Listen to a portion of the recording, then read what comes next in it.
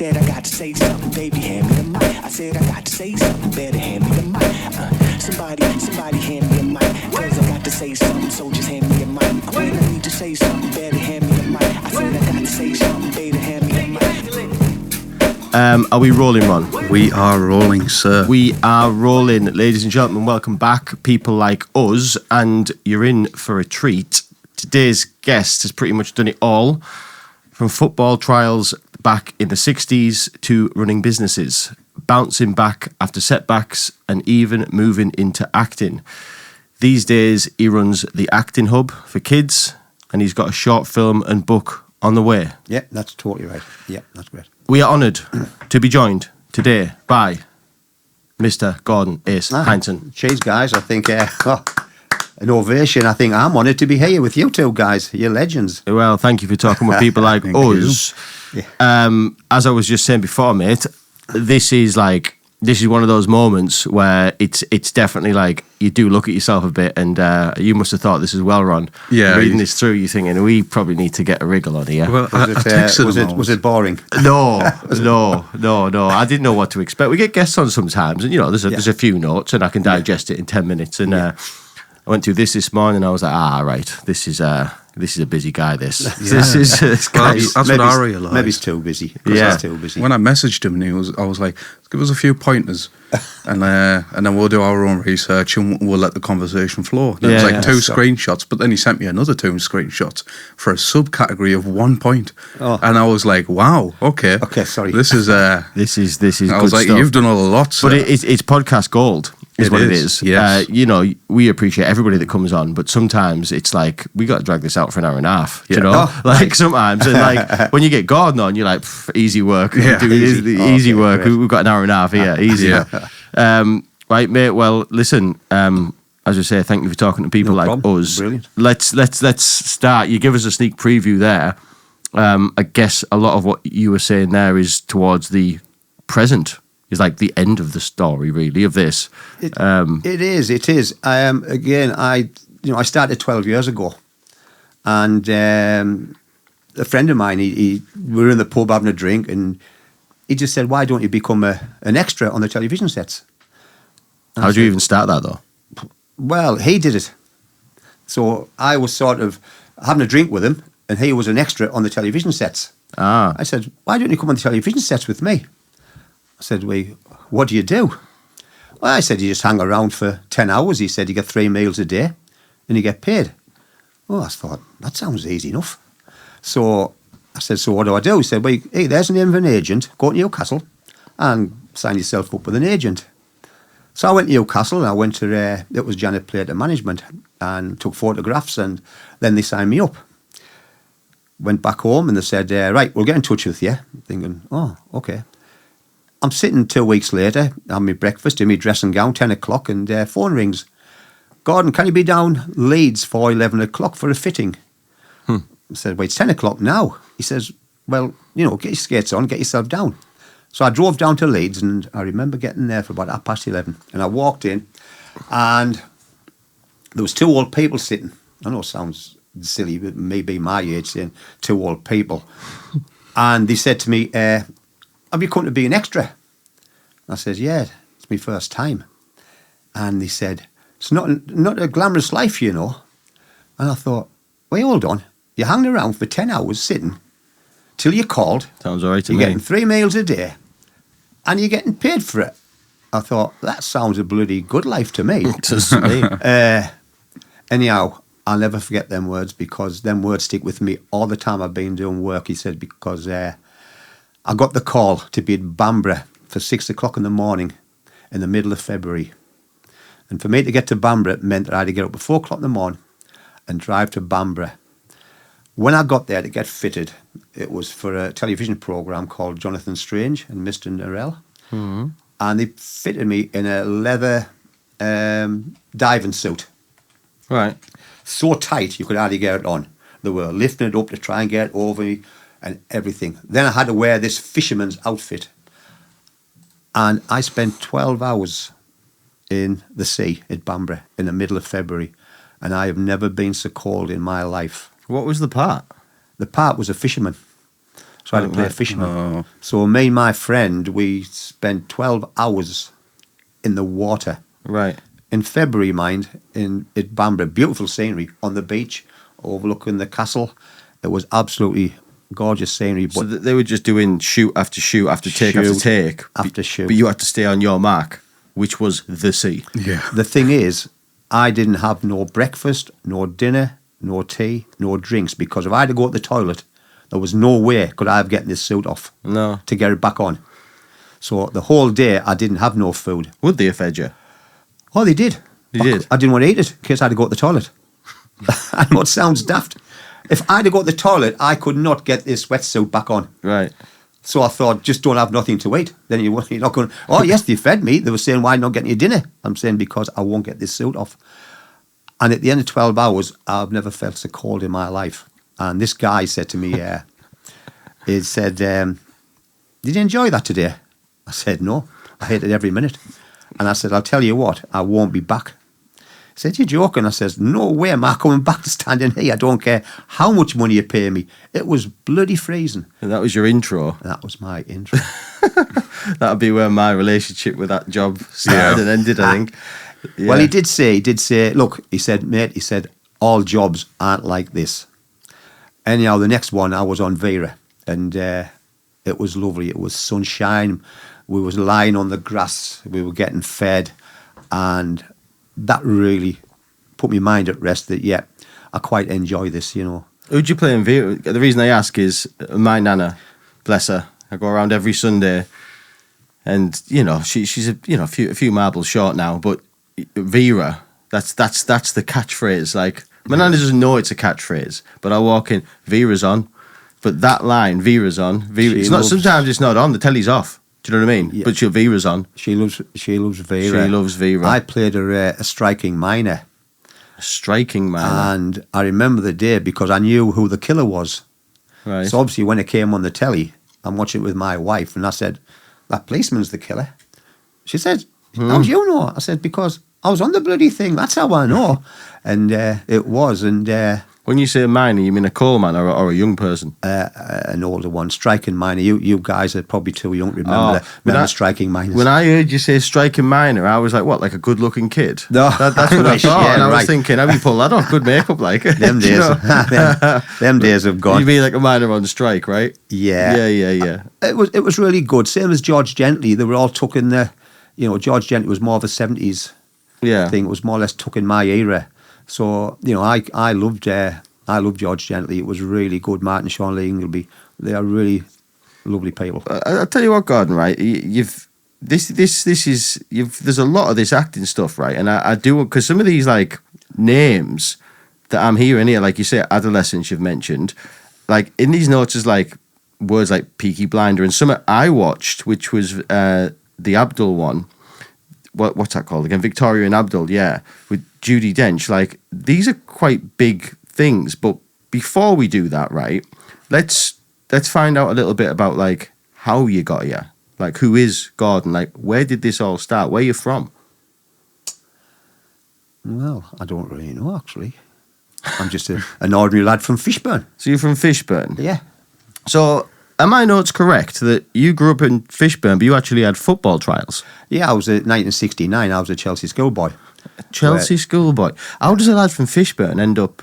Well, I went to Sedgefield School. Which is nowhere near Chelsea. Nowhere near, but we had a Chelsea scout that lived in West Auckland. Right. A nice guy, and he came to school and he said, do you want to go down Chelsea for a trial? Where'd you play, Gordon? Well, them days, it was left half. Left half. We had left half, inside right, inside left, right half. It's classed as maybe 4-4-2 now. I think in them days it was maybe 3-5 up front, midfield. So it was different. So he sort of put me on the train. So you imagine 15-year-old by yourself getting put on a train to go to King's Cross to get a tube to Chelsea, to the Montana Hotel is where I used to go. And I would get there about 12 o'clock Friday night.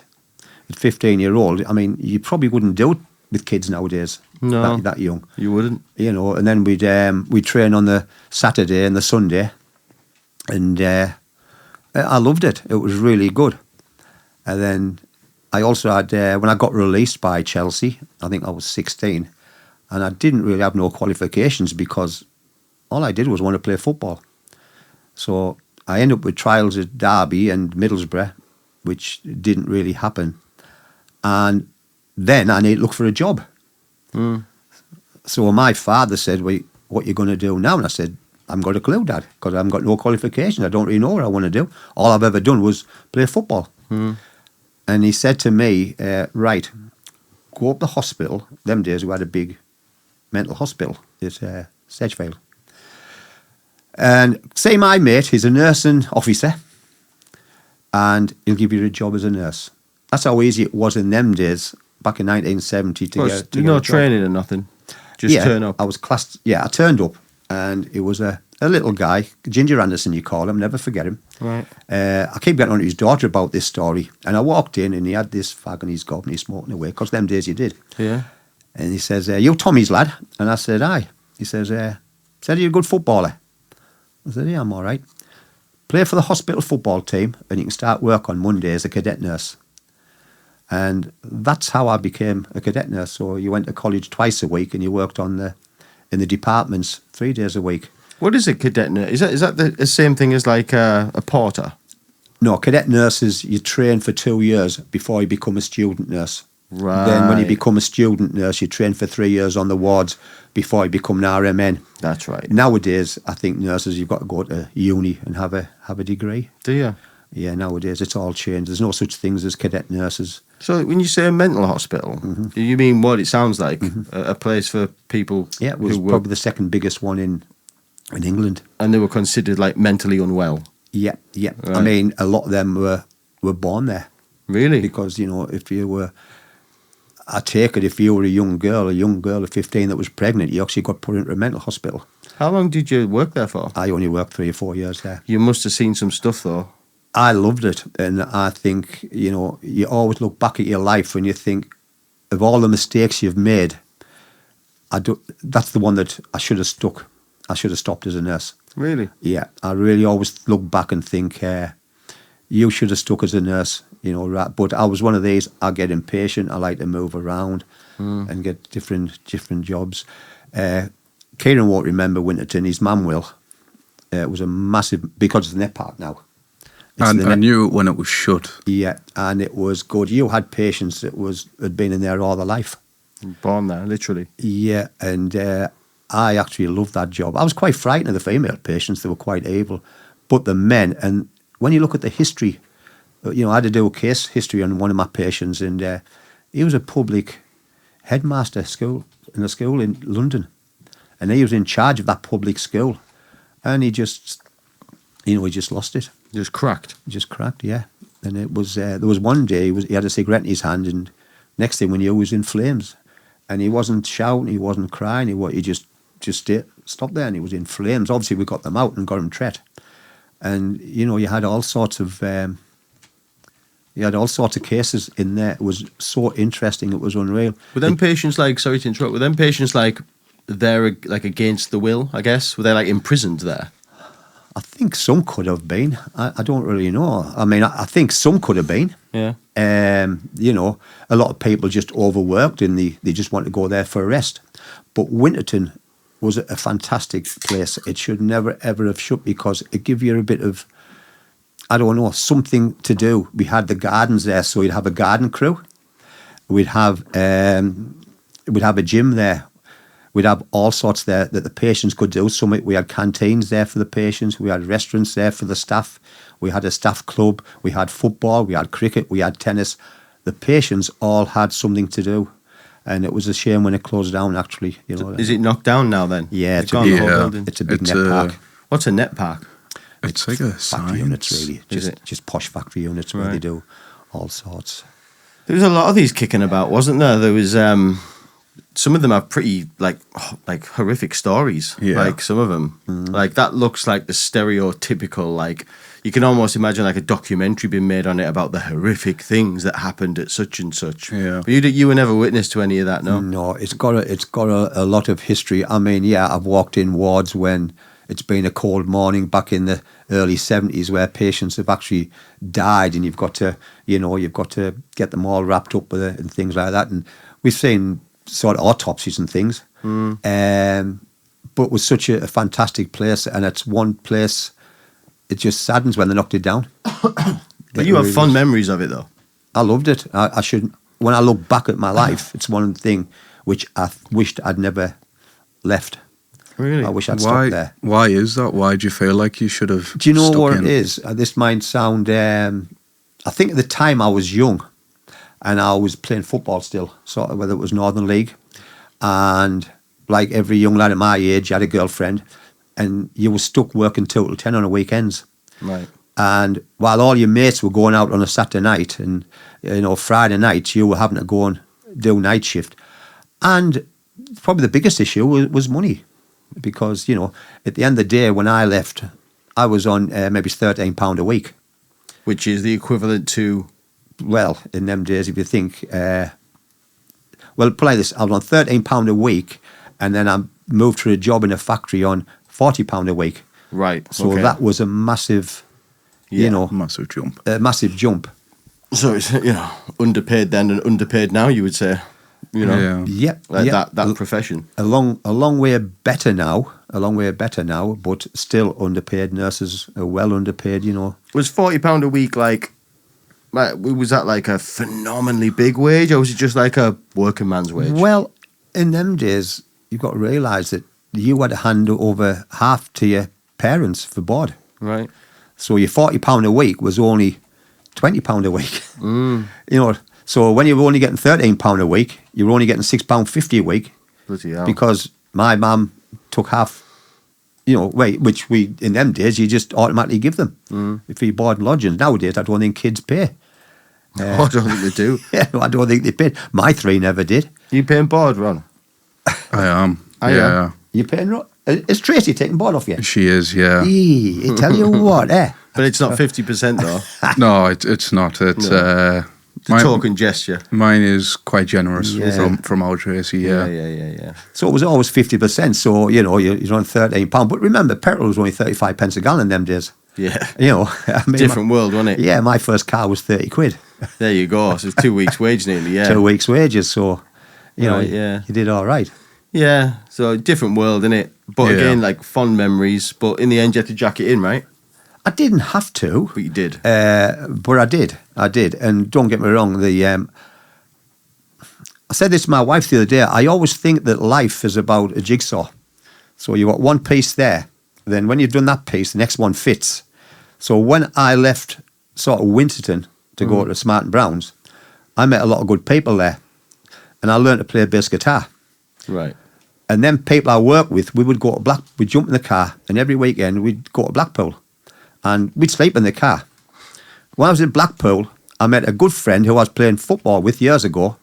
And I said, "What you doing?" He says, "I'm forming a group."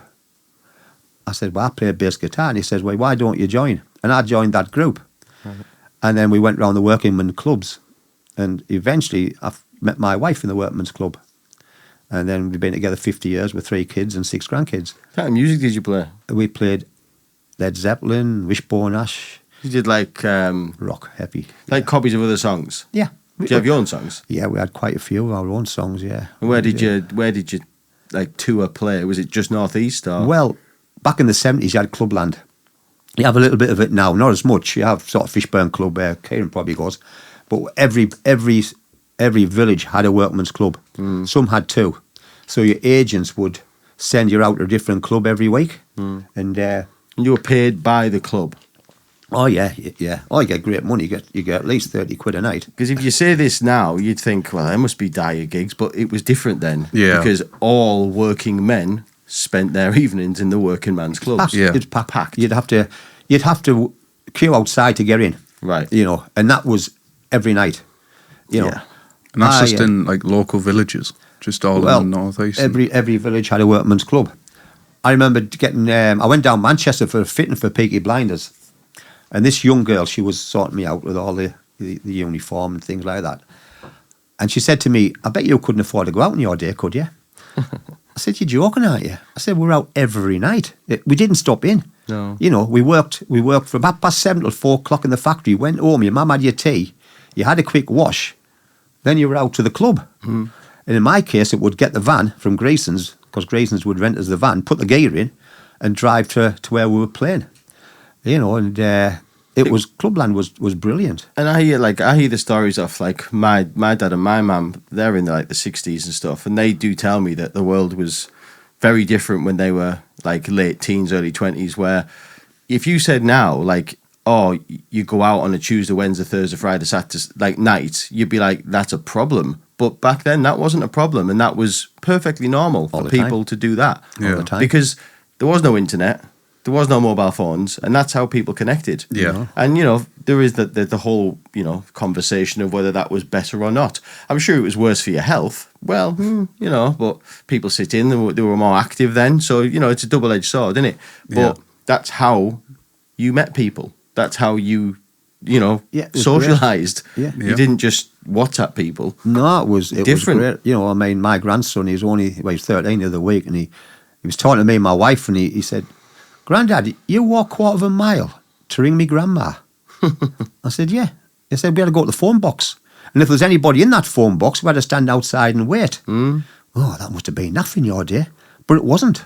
It was just the norm. Just how it was. It's just how it was. It's the same as records. You know, I couldn't wait. I'm a big Who fan.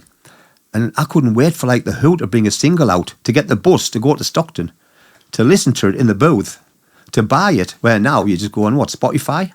Just go on Spotify, download it, and people think, God, it must have been awful in your day, but it wasn't. It's just how it was. It's just how it was, you know. Didn't know. I suppose if you were lived now, right, and went back, you probably would go, "Well, this is a bit tough," but you didn't have that luxury. Do you know what I mean? Like, it was. That's a good question. That would you rather go back in time to that point, or are you happy with how life is at the minute? Oh God, I'd give my right arm to go back to that point. Well, let me reword that question. Yeah. If you could be that age now, or that age then, what would you be? I would. That age then. I wouldn't give my 60s and 70s up for anything. It was amazing. Everyone who lived that time says that. You know, we had this question in the gym this morning. I was doing a class this morning, and all. I think I was telling you, and I said to the girls, you know, if you were 20 now or 20 when you were 20, and they all said 20 when we were 20. I don't know why it was just so different. There was no social media. There was. It was just so different. You seem as though you had to do things. You know, we walked to work, and like we walked to school, 2.5 miles to school, and you never took a day off school for the weather. No. You know, you get a bit of snow now, and people ring in sick from work, or they kind of get to school and think, we never had that. No. We just went. No. You know. I mean, I'm 40 now, and I have like a very mild version of that, where like my 18, 19 years, them few years after leaving school, they looked very different to now. Yes, we had a version of a mobile phone, but there wasn't social media, and the internet really was for two things. One of them you can guess, and the other one was for pinching music. But like, it wasn't as good as it was today. Like, to make a CD, that was a whole evening where you'd download these songs one at a time. Each one taking 30 minutes to download. You'd set your bloody CD burning. You'd go to bed and it'd be ready in the morning. Like that was your evening. Like, so it was different, and it wasn't like Gordon's time. There was no phone boxes and such, but like it did. And again, if you ask me, would you? Yeah, I think it was better then. You know, I think it was better because people went out. That's how you met people. Yeah, we did. I mean, to grow up in the 60s and like the era of the Beatles and the Stones, and imagine. I remember walking to school when I was like 10-year-old and coming back, and my mum with a record player where one dropped, the next one came. It played, arm went out, next one dropped. And she would be listening to Billy Fury and Cliff Richard and Elvis Presley and people like that, and she'd be dancing in the living room, and then my sister would go upstairs with a little tape recorder to tape the top 20 off the wireless. Yeah. Every Sunday night, you know. We were doing that. I remember doing that, sitting with the radio on, and that was how we got a song, and like waiting for it to come on the radio. I can remember sitting there all night with Radio 1 on, thinking at some point or another they're going to play that song, then hitting record and hitting play at the same time, and you had it on a tape.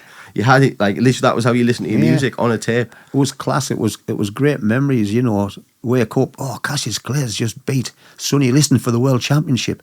Muhammad Ali was Cassius Clay. Obviously, he became, you know, and the moon landings and things like that. How old were you when the moon landing was? God, the moon landing was 69, so I'd have been what, 15. 15. So you remember it like yeah, like well. Yeah, I remember it well. I remember getting the first black and white telly. I thought it was great. You had to walk all over the place with this aerial to get a picture, and it was the last of the Mohicans. Back in 1960 odd, and it was the Addams Family. Oh my God, everything in black and white. Yeah, the Addams Family in black and white, because it was, wasn't it, the first TV series? Yeah, black and white. Fam, we used to have a black and white telly like when I was a kid. It was like we had a colour, obviously, but in the kitchen it was black and white one. I can remember. It was a little bit outdated even then, you know what I mean? But like we had it, you know. It was. Would you believe as if I had one? What? I had a black and white telly. Did you really? Yeah. No. I bought one from a car boot sale. Well, just for like for the crash, yeah, just to say what it was like. And like I think I used it for like all of like probably 10 minutes, and I was like, "This is naff. This keeps cutting out." Yeah. Right. Black So and you've white. So okay. So what we've sacked off. Well, not sacked off. You've made your choice. You're in the factory now, right? So what happened next? Well, I always remember going to the factory and I hated it. It was awful. It was noisy. It was busy. Eventually, my best friends was actually from the factory I still knock about with now. All them years ago, a long time ago, it was 1973 when I started there in the factory. And I was there for quite a while, and I thought to myself, you're going to have to do something there. You're going to have to be a bit of a Del boy, you know. You're working with 6,000 people. There's that many people there. Massive. When I came out, I couldn't find my car. Right. So I had to wait till everybody's gone, so my car was left. And I got to know quite a lot of people in there, and I thought, I tell you what, I'm going to make some extra cash here. So I started selling women's knickers. Oh, how did like that come about then? Because like that's like the last thing you would think a man from the colliery villages, right? That's where you're from, right? Colliery villages, working in a factory. The last thing I would think you would sell would be women's knickers. Right, because the majority were ladies, girls. In the factory? Yeah. So I worked in a machine shop with the lads, but once you went down the other section, it was just full of girls. So how did you? Where did, if you don't mind me asking, if it's not a business secret, like where did you? You must have thought. You must have had a supplier. How did you think? I'm gonna get hold of these knickers. Oh, the exchange and mat. They would sell them. And all I would do was I'd have a big black bag like this. So me and my friend, he was a bit of a Del boy like me, we'd take this black bag down, give it to the lady that was in charge of the lines. Because when you work in a factory, women buy anything that's going. Really? Anything. So it doesn't matter what you sell in a factory, the girls will buy. And my mate would just take them down, and honest, they'd be gone within an hour. With the sensible knickers or with the racy ones? Sensible. They were very sensible, yeah. We had to be, you know. But they just sold, and and then they would say, can you get me these type of knickers, and can you get them? And just knickers, nothing else. No like tops, no underwear, no anything else. Just knickers. But that was enough. So every week there'd be a bag full going down there, and we'd say to the girl on the line, get rid of all these and we'll give you 10% for getting rid. Where were you getting them from, Gordon? Off the there used to be, I don't know if it's still around now, there used to be a thick magazine called the Exchange and Mart. Exchange and Mart? Exchange and Mart. Oh, Mart. And there used to be loads of companies that would sell clothes and things like that. Right. And... Never heard of it. I never heard of it. I don't even know. There used to be a car one, didn't there? There used to be a car exchange and Mart as well. Yeah, just for cars. one here. Yeah. That's it. I remember this now. Oh, yeah. It was a car magazine. Yep. Exchange and Mart. Right, So the Exchange and Mart would have companies, mainly from Manchester. Right, okay. And we would just go on, just order these. I'd say to my mate, right, take them down, give them to such and such on the line. And she would have rhythm within an hour because girls love a bargain. And you just put a little markup on them all? We'll just put a little markup on them all. And then eventually, when the kids were born, I decided to go into to be a wedding video photographer. As you do, just a bit of a change of direction there. Well, we had the kids, and I said to my wife, look, I'm going to buy video camera. And them days, it was like a big thing. Why you down there? Not like now, you know. And I got it for the kids, and this girl at the factory said, will you video me wedding?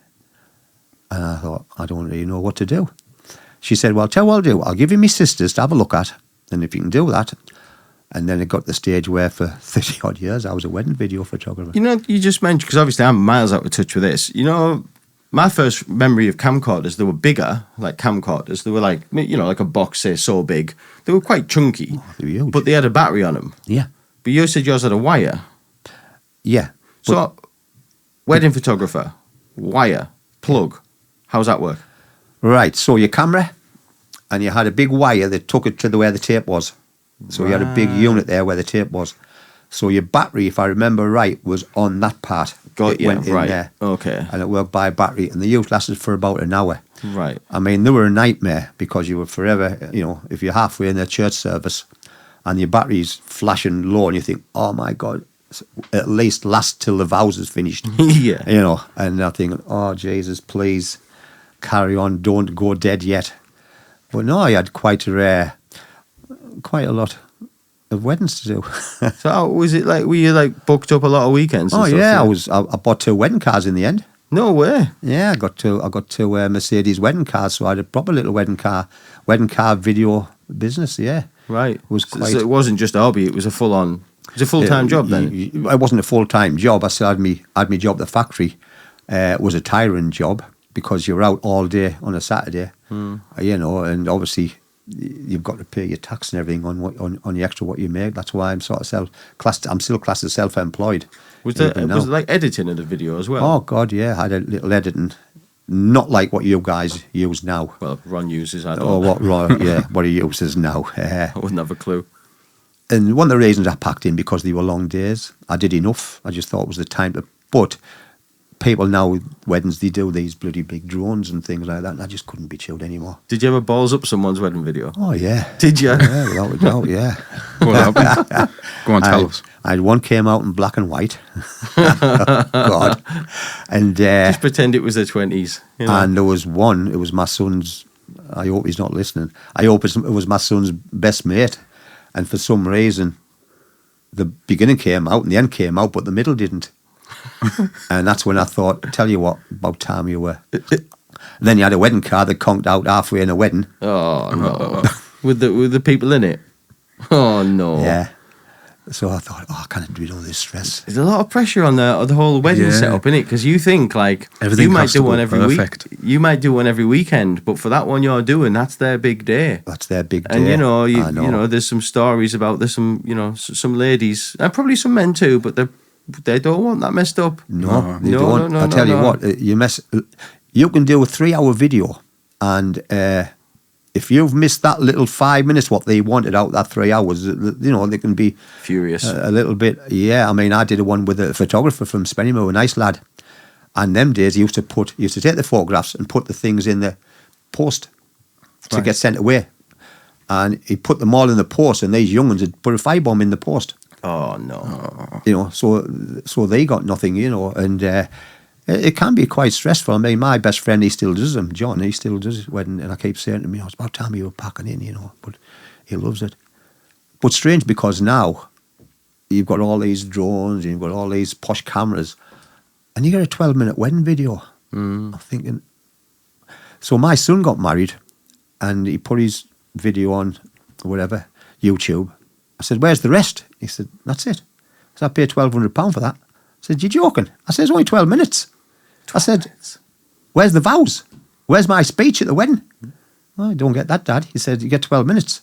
I said, "Davey, that's ridiculous. You know, that's daylight robbery. How can you go around and give you a 12-minute video of your wedding? Your wedding was all day." And that's what people are getting nowadays. And I think it's... As an editor, Ron, you imagine, am I correct in assuming that 12-minute video might have been 2 hours of footage, and, you know, 95% of it wasn't used, and it was made into this perfectly illustrated video, right? But if I'm thinking it in this way, he said he's like the vows aren't even in there, the speech isn't in there, then I'm wondering what it's actually 12 minutes of. I know, yeah. Like, what else is left? obviously, how long I've been to a few weddings in my time. How long on average would you say it takes someone to walk down the aisle? Yeah, 30 seconds. Yeah, 30 seconds. So there's £50 if we're going £100 per minute for a 12-minute video. Right. That's £50 to watch someone walk down the aisle. Yeah. Yeah, I mean, 1,200 quid.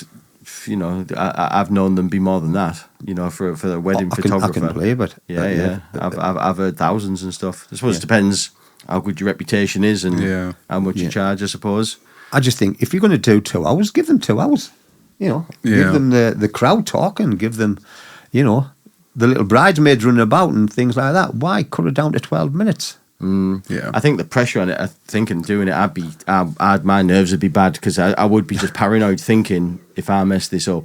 Like you can't say, just do it again. You know, you can't say that. Yeah. You can't say, shout in the middle of the church. You just, hang on, my video's, it's gone off. Give us 2 minutes. You can't say that. No, you can't it's say like one take, one time, and you can't control the time either.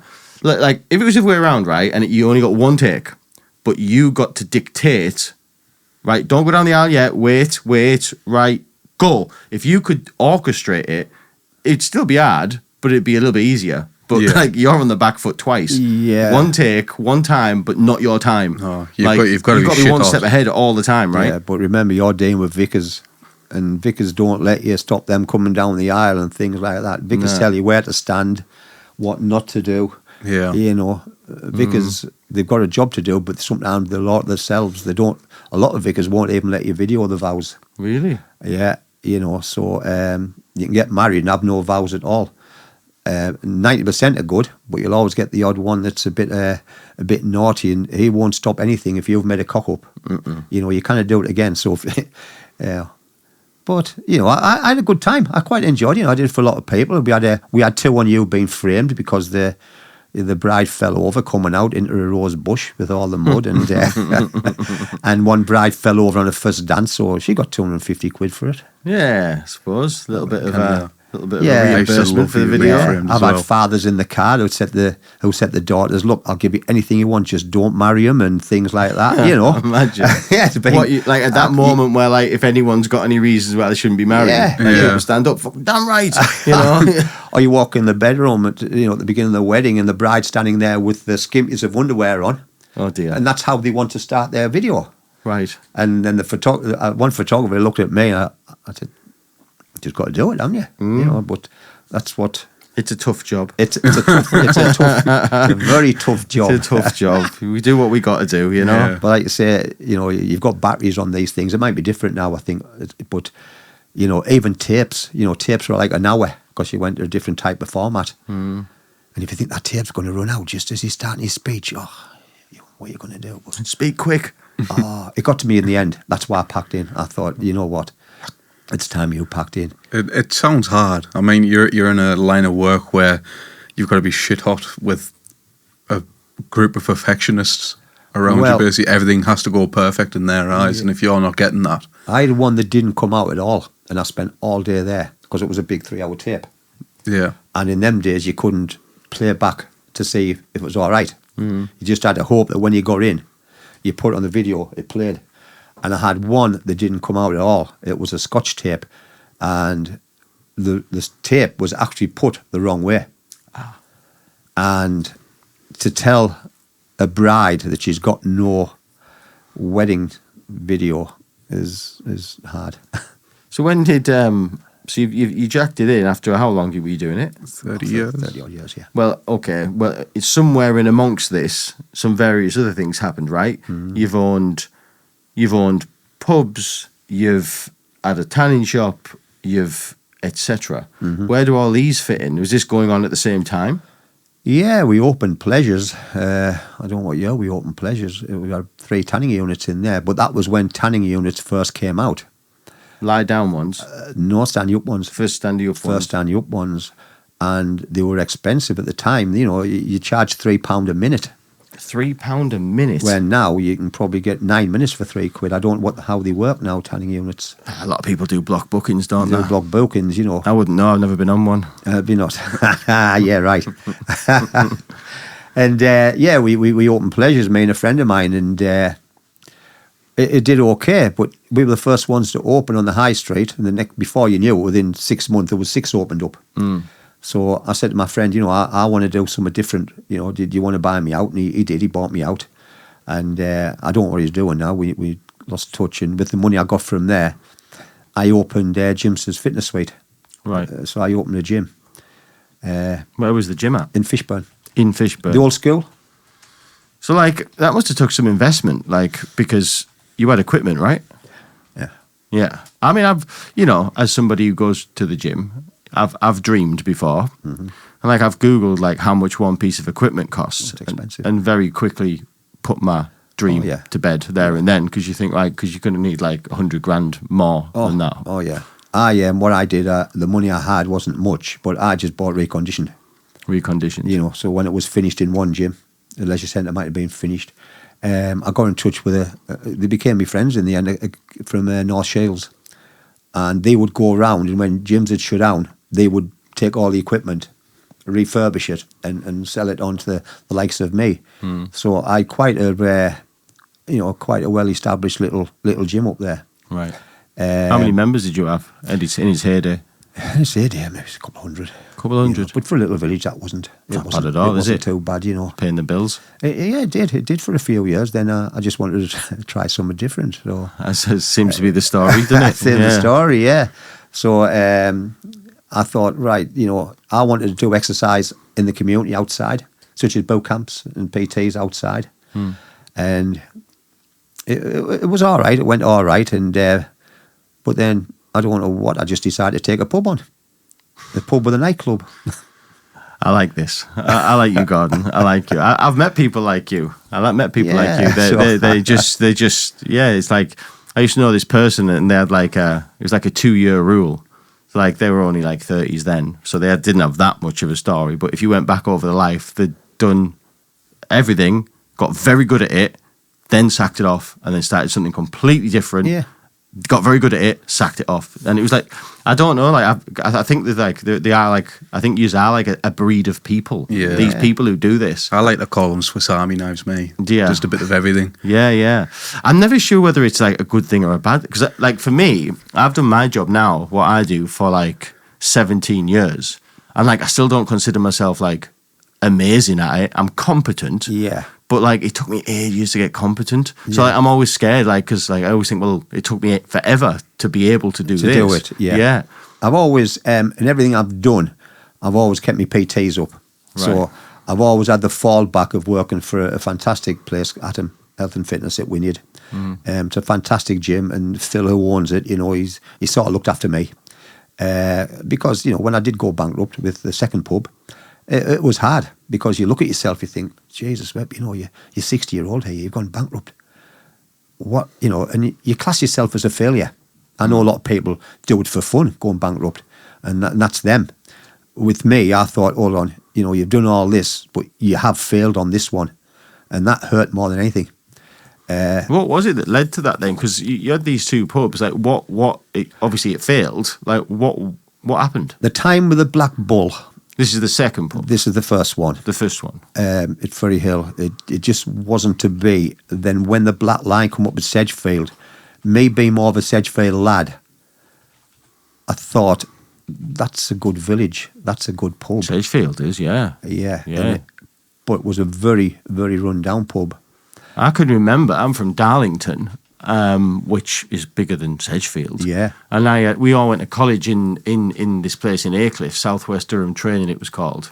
Yeah. And I can remember, so that training centre was a mixture of Darlington lads, Aycliffe lads, Trimdens, Fishburns, Shildens. It was a whole bunch of all together. Yeah. And I remember the best night out being going to Sedgefield, even though there was only 1 or 2 pubs. Yeah. It was a blinder of a night. It was much better than any of the rest. Brilliant.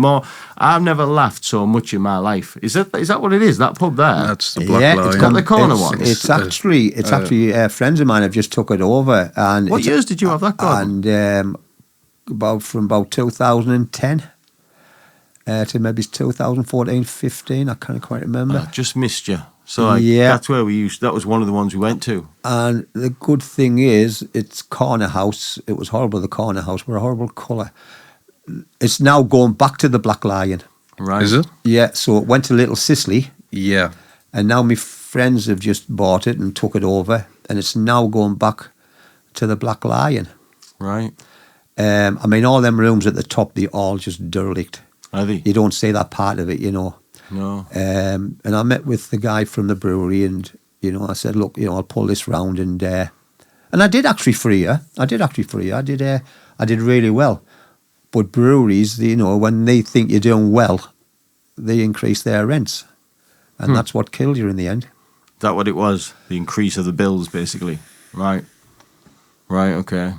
Well, also that time, you know, I don't know too much about pubbing, but there has been a shift in the amount of people who go in pubs.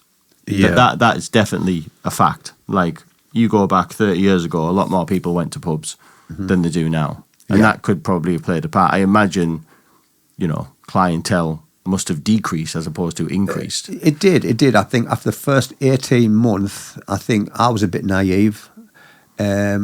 Because when your accounts was done and the brewery saw how much you were making, they thought, right, if you're making £700 a week, we want 500 of it. You know, so my rent, when I first took it over, my rent was £600 a month. The brewery, in their wisdom, then put it up to £2,800 a month. Nice. And then you've got Just to buy 5 their times alcohol, more. Yeah. and in the end, it just got too much, you know. Do you think pubs, what's your views, like everyone in the room, genuine question. Do you, because I hear people say, oh, pubs are going to be obsolete in the end, pubs will just disappear. Do you think they will? No. Why I don't, so? What do you because a lot of pubs now, they're also restaurants. Yeah. That's how a lot of them saw through the day. They're still generating a revenue. So do you think the only way they can survive is if they do food as well? Not necessarily. It depends on the area. So, like the Black Lion, like, I don't know, have they said about the plan on maybe keeping it as a restaurant? Like They what are they going did to with? keep it as food, not Italian food, because obviously you've got your food places across the road. Yeah. All pubs in Sedgefield now, Pickled Parsons, Impeccable Pig, they all food places. Yeah. You've still got the good one down the bottom, which is the Golden Lion, which is a normal pub. Yeah. Which is a long way cheaper for drinking. And So do you think it's going to be impossible for a pub just to be a pub in the future? I think it completely depends on location. So the likes of Yeah. Sedgefield will probably have to do food in terms of profits. But if you go to Durham, Middlesbrough, Darlow, places like that can probably survive just being a pub. if you look at Fishburn, we haven't got a pub now. So the beehive's all gone. Yeah. So if you look at Fishburn, if you go back to the 70s, which I don't want to bore you with, but No, please do. because you had your pits, your court works, your hospitals in Fishburn, your workman's club was busy all afternoon, all night. My dad would work 6 till 2. He'd come in and he'd go straight to from 6 till 2, finish at the court works, he'd walk straight to the club. And he would stop in the club till 6 o'clock. Come home, your mum would have his tea, he'd have a quick bath, then be back out. And that would be 7 days a week. Right. Them days aren't there now. The pits aren't there, the court works aren't there. No. But I would hope that the pubs do get over this. I don't think the breweries help them much. Maybe they should. But let's hope that we don't see the end of pubs. Yeah, I hope so too. And I even like there's some in Darlington. I still go past them now and then. Like, I forget what I'm not really a pub guy. I think one's called the Half Moon, and it's this tiny little pub. Yeah. Luckily, it's close to the town centre, which I think has helped it. It's on like Blackwell. No, it's on Bongate. No, not Bongate. North Road. It's the very, very top of North Road. Well, as you go into Darlington, the very last, it goes from North Road and it turns into North Gate before you basically hit the town centre. And this little pub here, it's been there all my life. The Half Moon. I think it's the oldest pub in Darlington. That's down a side street, isn't it? No. That's on Northgate. That's Right. if you're coming down North Road, if you're going to Darlington Town Centre, Right. that's literally just before you hit the big roundabout where the skyscraper thing is. You know, Yeah. that big tall building. That's opposite it. And it's been there my whole life. And I've never been in, but I imagine looking at it, it is what it looks like. I bet you walk through that door and it's one little round bar. You can maybe fit what? Yeah. 25, 30 people in it. You know what I mean? Seating. You could maybe get another 20 or 30 stood up maybe. maximum capacity 60 people in that pub. Yeah. And I always look and think one day I'm going to go past that and it's going to be boarded up and it won't be It'll there. be sad. It'll be Wouldn't sad. it? It is sad. You know, they need help. But out of all the jobs I've had over the years, barman has been. I love being a barman. Really? Yeah. You've got to deal with some shit though too, right? Oh yeah, you do. I mean, you've got to all that. But you know, on a good night, you know, we used to have bands on every weekend, and that was why you opened it for. So it was the Black Lion Sports and Music. So we had the football on, and we'd have every weekend we'd have a band, and you know, on a good night, good people in. Yeah, you take some shit with pubs, but you know, you just get used to it. It's part of the deal, parcel innit? of the job, you know. Do you ever see any punch-ups in that? Oh, loads. Oh, God, Which loads. week? Nearly every week. Yeah. That was the Black Lion. Including me or not? Everybody. When a guy walks in sober, he's a different guy when he walks out drunk. Of course he is, yeah. You know, Of and course then he is. they'll come back the next morning and they'll say, "Hey, I'm sorry." And the amount of car keys I've took off people saying, "You're not going to drive." Really? You know, but I actually, I mean, when the Black Line went under, I did a lot of bar work up the Newcastle Arena. Right. And obviously Newcastle Race, I did a lot of bar work. And I just love bar work. What's the maddest thing you've seen? Like the most like shocking thing you ever saw being a pub owner? Shocking. God, I don't really know. See anyone like, I don't know, someone get glassed or like... I was going to ask. Yeah, we had these three students in, and they were lovely. But in Sedgefield, you've got to be, you know, you've got to close for 11 o'clock. It's easy as that. You kind of stop, you know, or the police will come round. The police are very strict. They were at the time. And we had these three students in, and you know, the last orders, and they said, "Look, can we have another drink?" And I said, "No, you know, you've got to go. Easy as that. It's 11 o'clock. We get wrong. Right? Look, give us another drink, and we'll leave. We'll take the beer out, you know." And said, "Well, you better take it out." So I remember giving them 3 bottles of Cottonburg, and they did no more. Got the Cottonburg, and they sat in the corner and started drinking it. So my manager, Wayne, went over and he said, "Look, you've been told you've got to leave. Everybody's out. Come on, let you get yourself out." Then they come to the bar and they lean on the bar and they drink. They said, "We're not going out, mate. You know, we just bought these." I said, "You bought them on the improviso that you'd take them outside." So, and I just took it off him like that. Right. Then the young girl with her bottle of Cottonburg threw it at me. Right. So I just ducked like that. Right? And it just passed my head. Then Wayne went and they started with Wayne. But just so happens that some of the lads that was walking past are all boxing lads, because we have a good boxing club in Fishburn, a very good boxing club. Yeah. And them lads know how to handle themselves. And they looked in the window and they said, "Oh my God, Gordon Wayne's having a bit chew." And they walked in and one of them just knocked one of them out. Just simple as that. Simple as that. One punch, out. Hospital job. Coma. Oh dear. So, oh my God, you know. And anyhow, his mum came round the next day. And the lad's mum, anyhow, he was all right. He did come round. And his mum come round and said, "Right, I want the police involved. I want them done for assault." And I said, "Right, before you do anything, I'm going to show you the CTV of what happened last night." And when she saw the CTV, she was more ashamed of the son Yeah. and the 2 people she was with than anybody else, you know. But we've had some good punch-ups in the black. We've had some bloody brilliant punch-ups in the black. like multiple people at war. You've got to realise that, you know, we have a good boxing community around Fishburn, Sedgefield. Yeah. You know, and people think they can come from Middlesbrough, Stockton, have a go at them. They get a shock because they're good handy, fighters, you know what I mean? yeah. And but no, I mean, you don't want that happening in your pub. No. But it does put people off. It does put people It's off. not good you for know. business, is it? No. It isn't good for business, and I'll be honest with you. But yeah, you asked if I had any good punch-ups, and I'm telling you, we had some bloody good punch-ups in that pub. Yeah, no, I kind of knew there would be, but I just, I was thinking Just it's a want to hear stupid the question, stories. Daniel. I mean, it's not so bad now because, you know, it's more food places, and I think they're about £6.50 a pint or £5 odd. I mean, I went for a bottle of Budweiser, about £5.20. You know, and I'm thinking, it's a bottle of Budweiser. I'm sorry, mate, it's what we've got to charge you.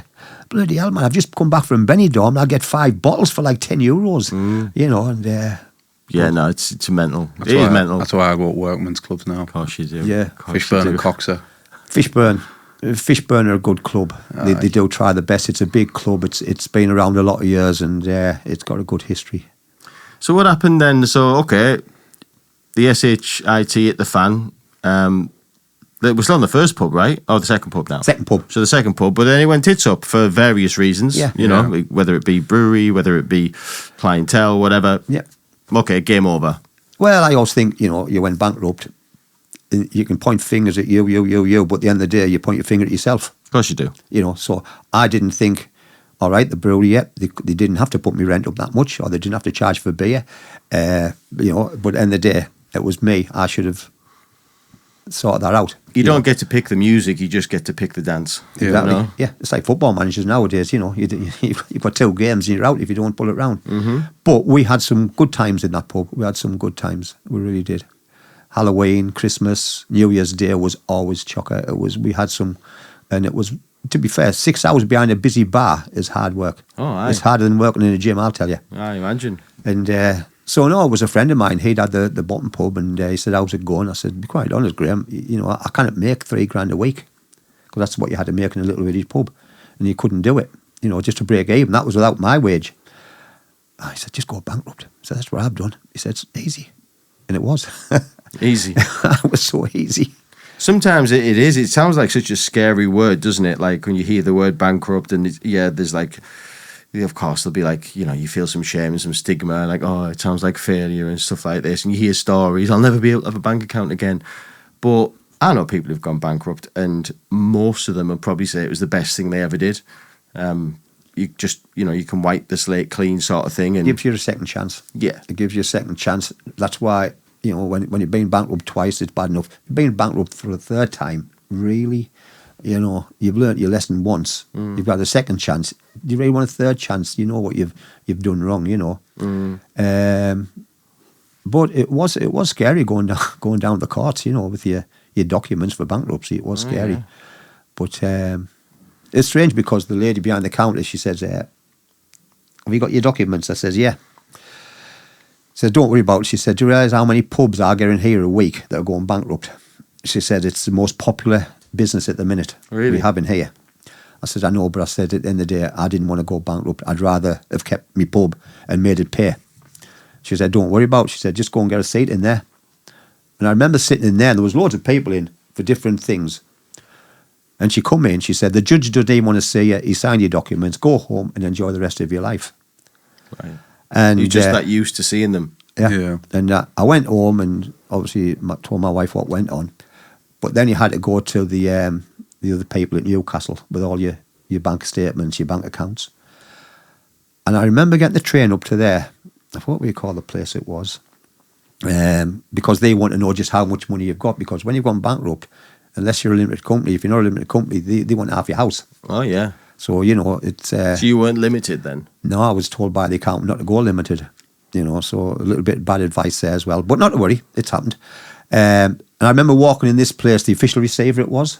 And this young girl, she says, no, I got in the taxi in Newcastle, and the Scottish taxi driver says, where you going, mate? And I show him the letter. Oh, you gone bankrupt, like? Just like that, right? No sympathy. I says, aye. Didn't worry about it, mate. He said, all these taxi drivers, they gone bankrupt every week. He said, when they've gone bankrupt, they get more credit cards, then go bankrupt again. Yeah. I says, well, that doesn't make me feel any better, but not to worry. Yeah. And when I got there, the young girl came and she took all my documents. She says, you don't owe much money. She says, if you look at all them boxes down there, they owe $500,000, all them people. And they've gone bankrupt for $500,000. You're just here for a few thousand. And, we had to get a bit of a second mortgage again, which we didn't want at 60-year-old. No. But, yeah, we got through it. And we come up laughing, I think. Yeah, I truly do believe. Like, you think, right, there's some people who maybe will, like, struggle on too long. And, like, financial burden is, like, it's scary, man. Like, when you're getting bogged down with bills and debts and whatever else, and bits, like, it can proper ruin your life. Like really make your life unbearable. Yeah. So, like, I bet there's loads of people out there who probably should, like, just do it. And the life, yes, you take the initial dip of like, oh, fuck, I feel like an idiot. But after that, like, you'd probably be in a better place, to be fair. I think a lot of people continue because of the fact that they probably maybe scared to sort of like tell themselves that they need to do it. It is scary. I mean, it's not a thing. Some people just do it for fun. They think it's great. They'll get more debt on, But I've always worked. And I always think if you've got to go bankrupt, for me, it's a failure.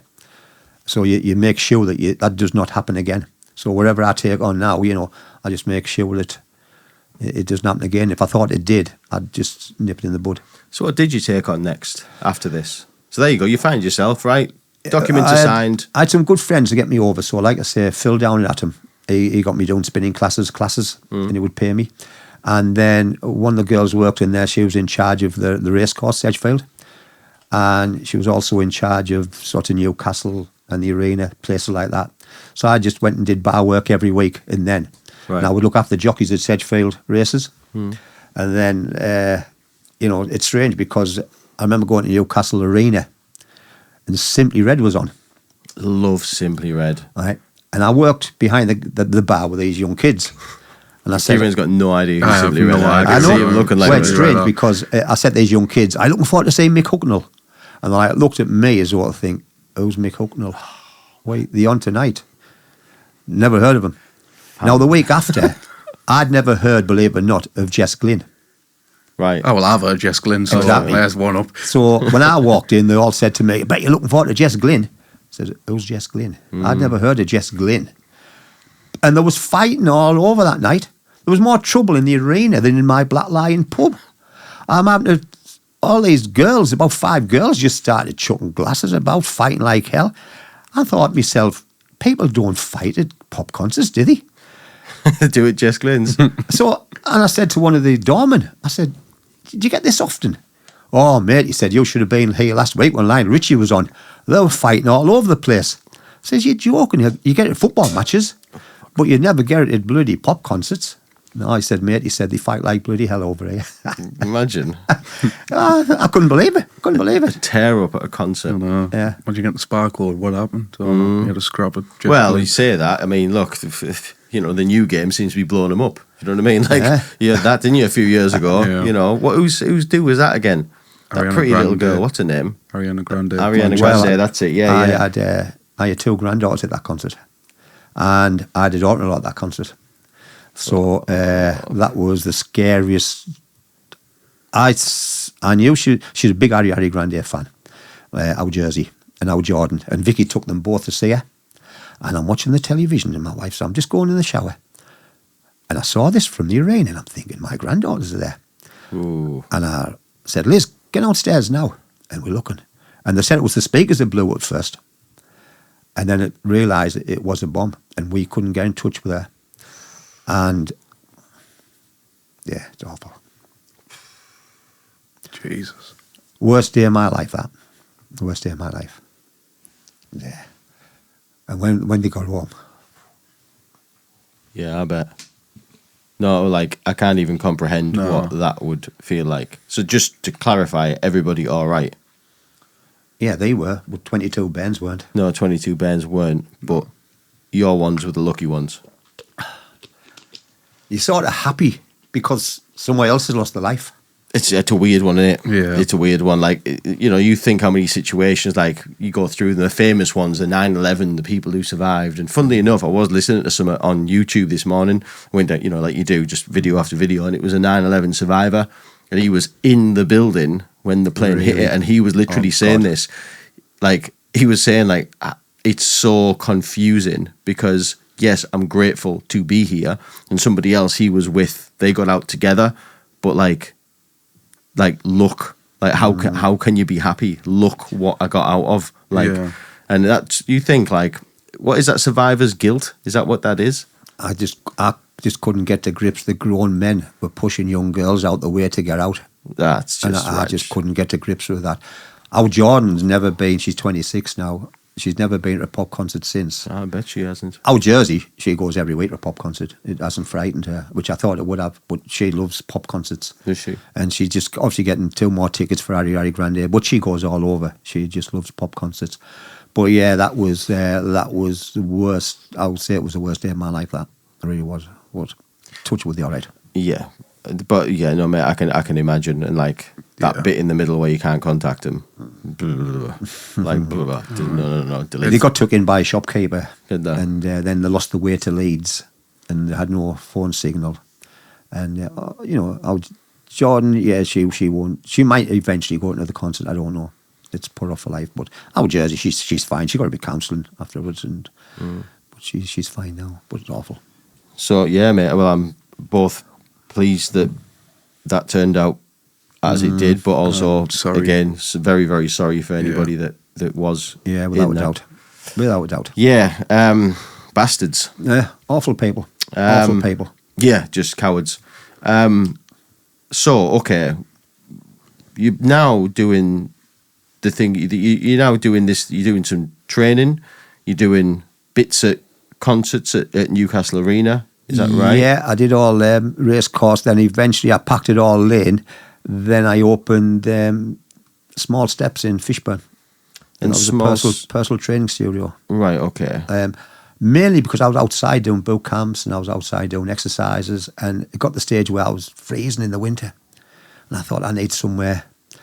And so I opened Small Steps, which Cheryl was a regular. There's probably a photograph of me eating a pasty or a pie. I have seen Have you that seen it? somewhere, While she's training, I'm sitting on the treadmill eating a pie or a pasty. I love that. And it had a lot of clientele. In fact, it actually, I was shattered. I was working from 6 till 8 every day of the week, and it was really busy. We've had a few trainers on here, and I always think, you must be knackered. I work in an office and I get home and I'm knackered. God knows what do you know, this might sound stupid. You'll all remember COVID. Just a bit. Yeah, where the night I'd finished on a Friday night in the studio, and I was shattered. I really was shattered. And when I went home, and Boris Johnson had closed all the health clubs down, I was over the moon. Honestly, it was a break for me. Thinking, oh, brilliant. Because I get some time off. Financially, he looked after the businesses. Yeah. And I probably got more money than I probably would have earned being open. Ideal. Well, it was, until obviously they wanted a lot of tax back. Yeah, that's the downside of it. That's the downside of it. And we were closed for quite a while that I was doing online classes. Right. And I used to hate doing online classes, but I used to do about 4 a day. And it kept me trim. I was sort of doing it on the screen for everybody, but it kept their morals up while COVID was on. And it meant they could do something because all the gyms had been closed down. You couldn't go out the house. You couldn't go anywhere. And I would take my tripod with my camera and I'd go outside in the garden and I'd just do all the online classes, And it kept us going for a bit. I told my story of the, obviously I won't name what gym it is, but okay. This could be a completely made up story, right? Right. But I know someone that was also called Dan Brown, right? And he went to a gym, and like every other gym during COVID, it shut down. But this gym's a bit different in that this person I'm talking about knows the owner of the gym. Uh-huh. And the owner of the gym had given this person I'm talking about keys to not the gym, because this gym was in a place where lots of cameras were. Now, if you were to be seen walking in, then that would attract attention. Yeah. So what this gym's up a height, and below this gym, there's lots of different premises, but none of them are full. None of them, they're all like vacant premises, ex-restaurants, ex-whatever. And weirdly, the gym owner has keys to all of these premises. So a few select people in this imaginary story I'm talking about were given keys to these various businesses. And the person I'm talking about, what it looked like for him during COVID was 4 a.m., pitch black, hood up, literal disguise, right? Scurrying down the side of the street like a rat would, trying to keep out the way of the camera, and going through these business doors and like funneling up like a rat, like through a sewer into a gym, but not allowed to put the lights on. Right. So phone torch, your torch on your phone, putting it on the floor, so it just made a little bit of glow.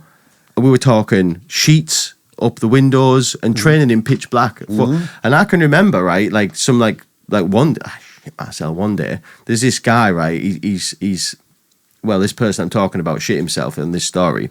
For the sake of this conversation, let's pretend it was me. It wasn't, but let's pretend it was me. Yeah.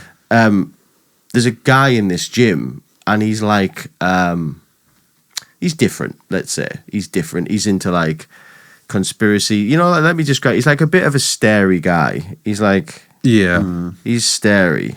He doesn't say much. He stares, right? Very, very weird. Harmless, I'm sure. But this one day, I'd gone up in this scenario of pitch blackness. So I'm already creeped out walking through this like rabbit warren of buildings, and walking down in this room and turning the corner and just sat on this bench is this guy. And he just went, "Now, Danny," and it's just stone cold, no light. Yeah. He was training in the dark. In the dark. In the dark. Like, he had weights around, like dumbbells around him. And I was thinking, like, anything could have happened, couldn't he? yeah, but like, you think like I don't know, like, that's a special type of guy, right? Yeah. You know, pitch black. God, he must have been. But yeah, sorry, side story. No, You just fine. made me think of a story there. Yeah, it's a good story. Yeah, It's a good one. Just shows what people would do just to do exercise. Of course, completely made up, of course. Yeah. Because obviously I stayed, we all stayed at home. You're a really We good did storyteller for Yeah, we made-up did stories. as we were told. You know, that's what we did. Yeah. Wait, most people did. Yeah. I did. You know, Yeah. I just stayed at home and banged my pans. That's what I did. So, okay. Where were we? I've lost the story. You got yourself back on your feet. You'd packed all of the stuff in. You started small Yeah, steps. so online so I did all the line stuff. Then obviously we had COVID. Then after COVID, I decided to go back on the sets, and I still kept the small steps. We still kept the studio. Then I went back on the television sets, and I still worked down at Atom for Phil. Still did the classes down there. Then after a while, I thought, you've done enough with small steps now. You've took as far as you can take it. And it's now a travel shop. It's now a travel agent. It's a travel agent now. Yeah. So I work more hours down there. And I worked more on the sets. And last year, again, last 2 years, I've been really busy. So some of these sets, yeah, like as we were saying earlier in the episode there, there's some words like here. I mean, there's some of the stuff I admit I have not heard of. I've never heard of like Eddie Marson and Dominic West. I've never heard of that. Eddie Marson, did you ever see about the boatman at Hartlepool? No. Little guy. Oh, yes. Did you watch that documentary? Well, it wasn't a documentary, it was like a play. Right. Never the boatman at Hartlepool that disappeared and got all the insurance money and they found him in Brazil. I have heard that story, yeah. Well, Eddie Marson, he played him, and I don't think it's Dominic West, it was the other West. He's in All Creatures Great and Small at the minute. He was the first ones, they were the first people I sort of met on set. Who were really good. So, like, how do you get into because, like, Vera, Peaky Blinders, Victoria and Abdul, these are, like I said, these are big things. Like, how do you get into them? Is it just through an agency? Agencies, but you've always got to remember that work creates work. So the more work you do, the more people you meet, and the more people put you forward, and the more people say, look, join this agency. So it gets to the stage where, some of my friends, the full-time SAs, I did quite a lot of work as an SA, then I decided to go to acting school, to take it at one level. So I went to the DJW School of Acting. Daniel, he's a great lad. And then I got a few little parts. And then I went to the acting hub. And again, he called him Daniel, and he was really good. So it didn't bother me whether I was an SA or they wanted me to do an acting job. Or last year I did a commercial for Maguire's Caravans, and it was really good. I always wanted to meet Stephen Graham. And Where do I know that name from? Stephen Graham, he's probably the number one actor at the minute. I don't know whether they've ever seen Snatch with Jason Statham.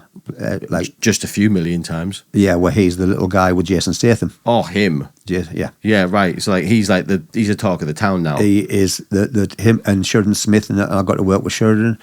And I think over the years I met so many friends.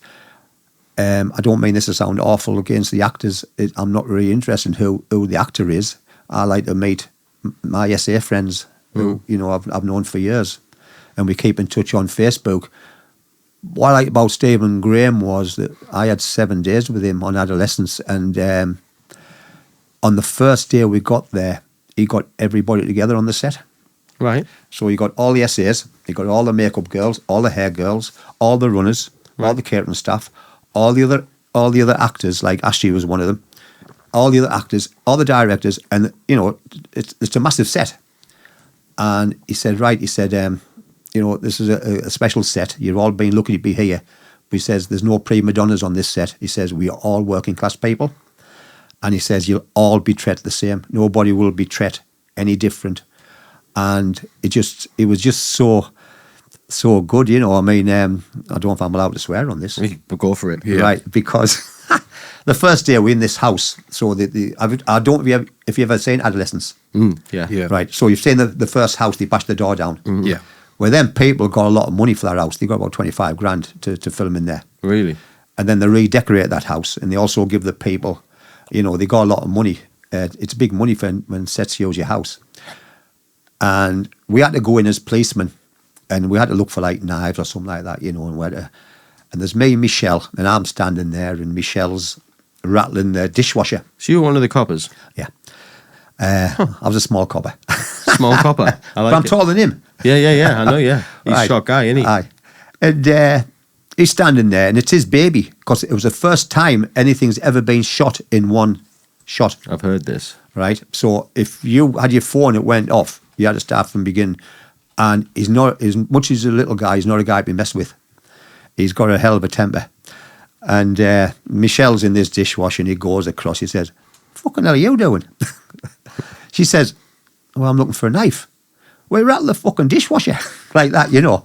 And then he comes to me, he said, "Fucking hell you doing standing there?" Like, sorry to swear, but this is his words.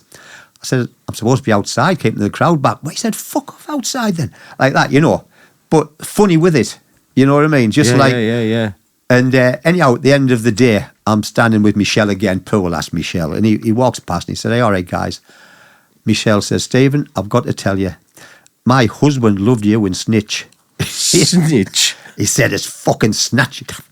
And but like it was in all the years I've been doing it, it was probably the nicest set I've been on. Really? You know, he just bought everybody ice creams. He looked after everybody. You know, nothing was too much, but he was quite strict. You know, no phones, no cock-ups, because if there was one cock-up, you had to start from the beginning. Yeah. You couldn't cut it and start it from there. You had to start from the beginning. Just while we've got the screenshot up, do you see yourself as one of these? No, I'd actually saw myself in the police station. You probably won't see much of me. You will on I Fought the Law. You should see me right in the right in the jury. So where the jury part, I had quite a big part on that one. I love doing that because I actually thought that was better than Adolescence. Really? I enjoyed Adolescence, but I thought I Fought the Law because that was true. And that Ann Ming, she played the part of Ann Ming, and what she did was unbelievable, incredible. What a woman. It's a local story to us, isn't it? Billingham. To find your daughter's body after 3 months under the bath and to fight the case, and he got off first. We were the jury that actually let him off. So everybody's ringing me up and saying, "Why do you let him off?" I don't know this story. What's it about? It's about a guy from Billingham, and he murdered his girlfriend. Nasty piece of work. And True story? Oh, yeah. Is it? Yeah. He was up for parole, that's why they made the story. Oh. And obviously it was double jeopardy, so you couldn't change the law. And what he did, he sort of killed her and he put her under the bath, in the bath panel. Mm. And the police missed it all. The police with the dogs all missed it. And in the end, she went in the house and there was a smell. And when she opened the bath, there was her daughter's body. And he went to court, but he got off with it. Right. He only went back to jail because he assaulted somebody with a baseball bat. And while he was in jail, he confessed to killing a daughter. But they couldn't do nothing because he'd been tried for that murder. Is that a law in our country? It's been changed now. Has it? She got it changed. So Right. she went to House of Commons. If you haven't watched it, it's absolutely brilliant. And, I feel like I'd like this. I've never heard of It's it. only 4 episodes. So it's only 4 episodes. It's not a big series. It took a lot of years, mine, to get it changed. But she, you know, amazing lady. She worked at North Tees. Did she? She was a nurse in North Tees. And Sheridan Smith, she's an amazing lady, absolutely amazing. And she played it to a T. And it was a big honour to work on set with her, actually. What year was this then? It's come out not too long ago. Yeah, it's just out now. Oh, is it just recent? Yeah, is it's it? just recent. Like yeah. August. I fought the law. Yeah. I'm going to remember that. I might watch this tonight. Yeah, I love anything like that, mate. I love it. I love true stories. Well, stuff. if you look at the second episode, you'll see me smack in the middle of the jury. I'll be watching. I'll be watching. So just one, because this, I'm going to be biased to like my favourite of all of these. Like, I mean, Peaky Blinders is probably the biggest thing, right? But like, I'm going to be biased. I like Victoria and Abdul. So You like the film? I like what was on the telly, that thing. Or did you just like the series Victoria? I don't know what I watched. Right. There was a series called Victoria with Jenna Coleman. And I did a lot of work on that. I did a lot of weeks on that when I went all over the country. It was really, really good. Maybe I watched the film. The film was with Judi Dench. I think that's the one I watched. So there was a series about That's it. Victoria and Abdul. Yeah, there was a series called Victoria. It was Right. called Victoria. What year was that? Oh, God, when I first started, it must be about 10-year-old now. Is it? Yeah. Victoria and Abdul. It's called Victoria, the series. Victoria, the series, very good because I That was there. one. That's her there. 2016. And Rufus, is that where it was, 2016? Yeah. Oh, my God. So it's a Netflix thing. It's on Netflix at the minute, but I think it was on ordinary television. I remember sitting with an actor called Rufus Sewell. Right. I don't know whether you've heard of him. He was one of the main actors, Rufus, and I was sitting with him. There he is. Yeah. Rufus And he Sewell. was telling me that him and his wife had split up and they get the good friends. Mm. And it was a long day down there filming that. And when I went in, my wife was watching the telly and I said, I've been sitting with him all day. She said, get lost. I said, I have. I've been sitting with him all day. And when it came out, here I am sitting next to him in the court. But I did a lot on that. The only thing is getting dressed up every morning with that was hard work. But I did enjoy. She's a lovely little actress. One of my best scenes with Jenna was down Hartlepool on the boat. What was that? What happened in it? And there was loads of people around and it was freezing. Right. And I'm standing there and honestly, I'm really cold. And she kept forgetting her lines because a lot of them do. They forget the lines. And she would get them out of the pocket, read them again, and there would be loads of people around. I'd be standing freezing. I'd be saying, Jenna, hurry on, get your lines. I need to go in there and get a cup of tea, to warm up. And anyhow, I just heard this woman behind me saying, bah, it's cold, isn't it? And I looked and it was, you might not know this, you might, Diana Rigg. Right, okay. Right. And I said, it's all right for you. You've got a green room, so you can go and get warm. We've got to stand here. She says, I know, I feel sorry for you. I said, you know something? I said, I grew up with you. Even though I've never met you, you were part of my childhood, my life. And she says, I get a few people say that. And when we went for our dinners, all the young kids were saying, yeah, know that woman you were talking to? I said, aye. She's the old woman off Games of Thrones. I don't know whether you ever watched Games of Thrones. And I said, yeah, to you, she's the old woman of Games of Thrones, but to me, she's Emma Peel off the Avengers back in the 60s. And like young kids, you know what they're like, who's Emma Peel? Yeah. I said, Google her. And they Googled her, right? And she's sitting on this motorbike. She's gorgeous. Slim, long black hair, with a leather biking suit on, with a zip pulled down to a belly button. Oh my God, is that her? I said, that's Emma Peel of the 60s. Have a look at this picture. Emma Peel motorbike. There, Have a look at you've this got picture. her. There she is. I want to see the motorbike shot. The motorbike, she's sitting astride a motorbike. I want to see this shot. But she was there. Oofed. Right. So this, what year was this on? In the 60s, it'll be Emma Peel, the Avengers. Emma Peel, the Avengers. Yeah, then you got Joanna Lumley took over from her, so you had the Avengers. Who's better, Joanna Lumley or Emma Peel? Joanna Lumley. Well, everybody wanted a purdy haircut, didn't they? All the girls all went for the... But obviously I was grew up with her and John Steed. There's John Steed, the one down. Yeah. You know. With his stick and that, yeah. And every Saturday night, I think it was a Saturday night, get the Avengers on. And but obviously they only know her as the old woman off, which is, off Games of Thrones. Which is who she became in the end, yeah. And then now she passed away, I think, last year. Did she? Yeah. Yeah, so it must have been weird that meeting someone that you watched as a kid and now they're stood in front of you. Yeah. Yeah. It must have been really weird.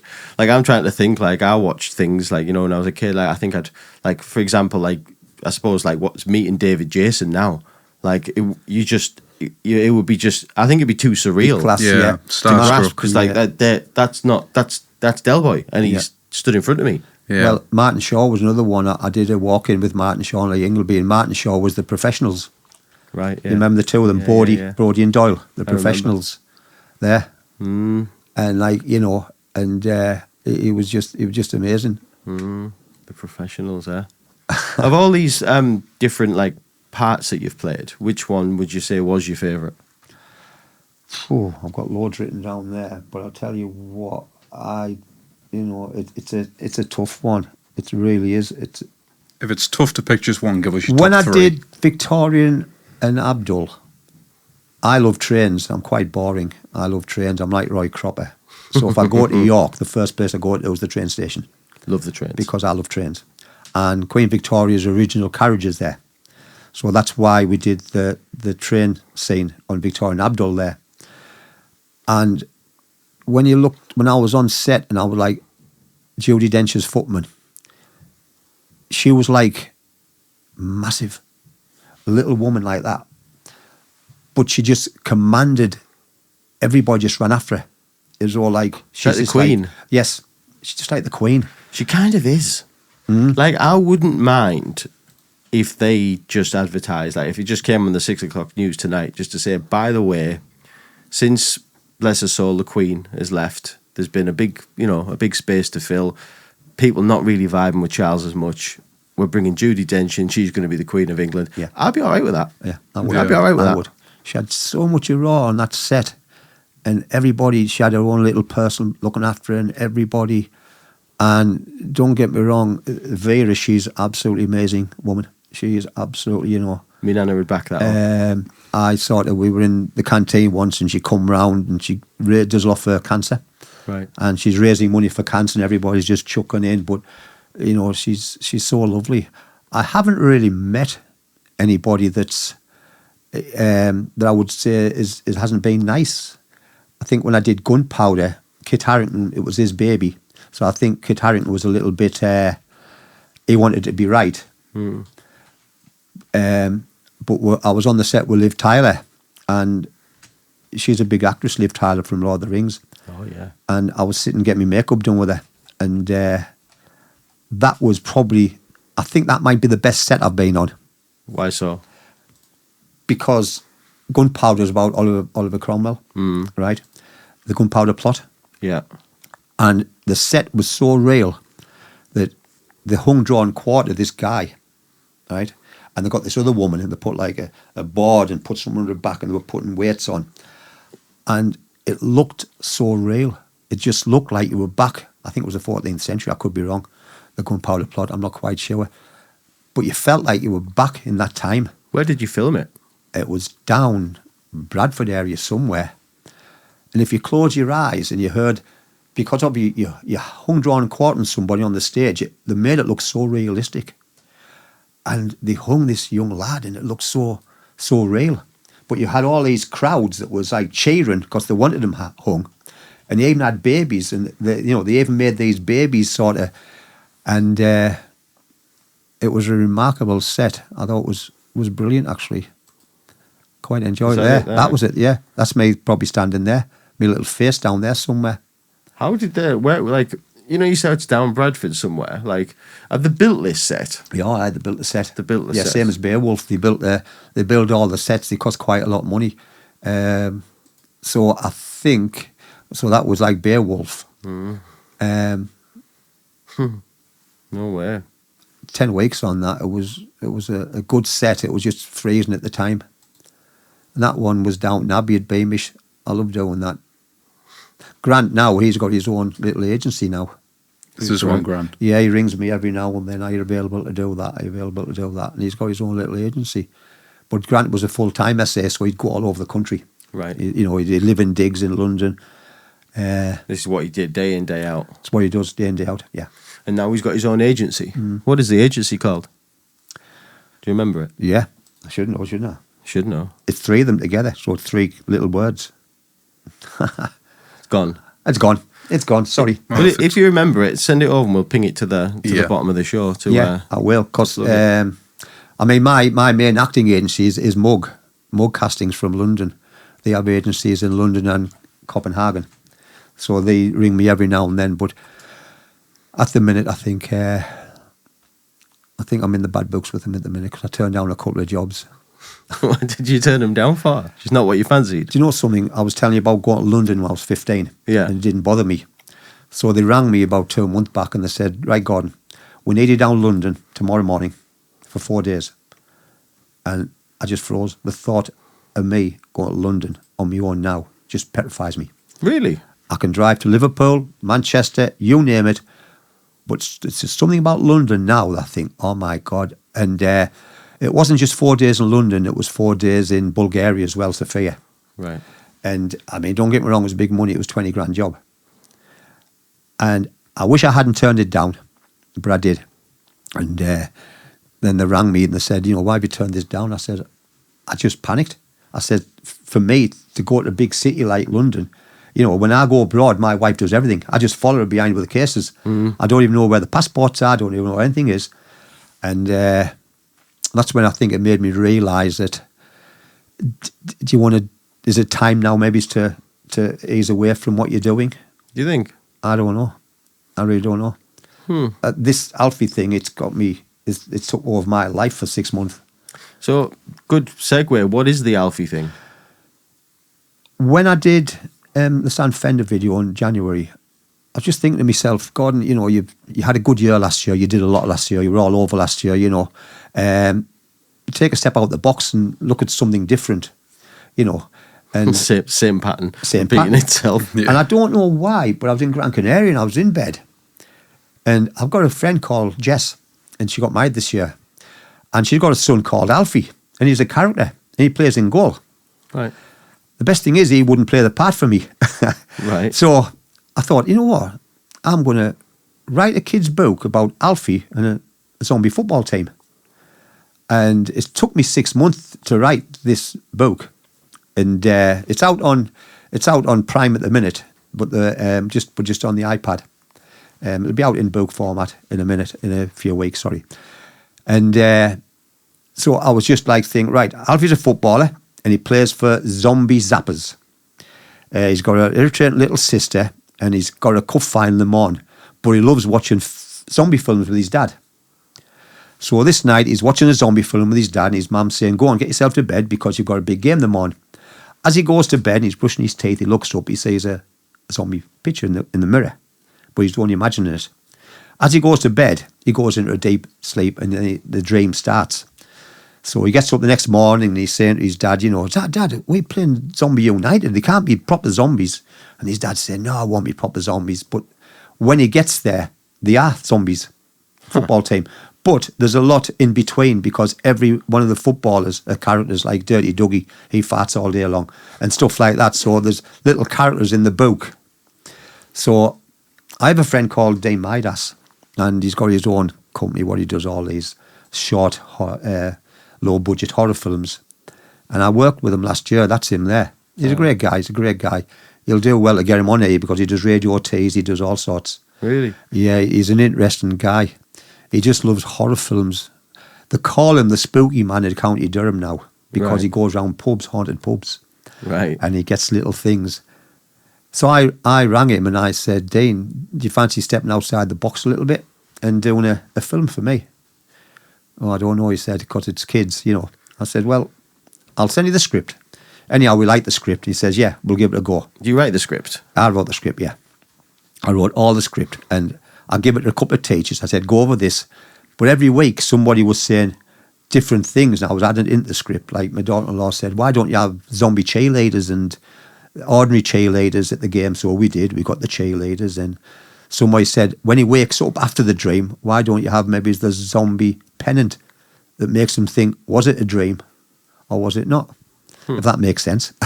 Yeah, it does. So Dean said, come on then, we'll give it a go. So I got Libby involved and Michael who do the acting for me. And it'll be released in about 2 or 3 weeks' time. It's only a 22-minute video, But the kids loved it. It got the kids off the street. The kids all took part. We had about 50 or 60 kids involved. Right. Even the parents took part, you know, and it was amazing. It was really... So it's a 20-minute odd short film. It's a short film, about 22 minutes long. So where's it going to be released on? It'll be released on YouTube, so everybody just needs to share it as much as they can, you know. Anna's is the brothel in Benidorm. What? The little card. It's the brothel. No, not for me. Oh, it's just it's a bit of a standing joke. It's a bit of a standing joke. Right. Right. Yeah. Right. I was going to say. And obviously that's Libby doing the classes for me. Now Libby, she gets quite a bit on Coronation Street as a doctor.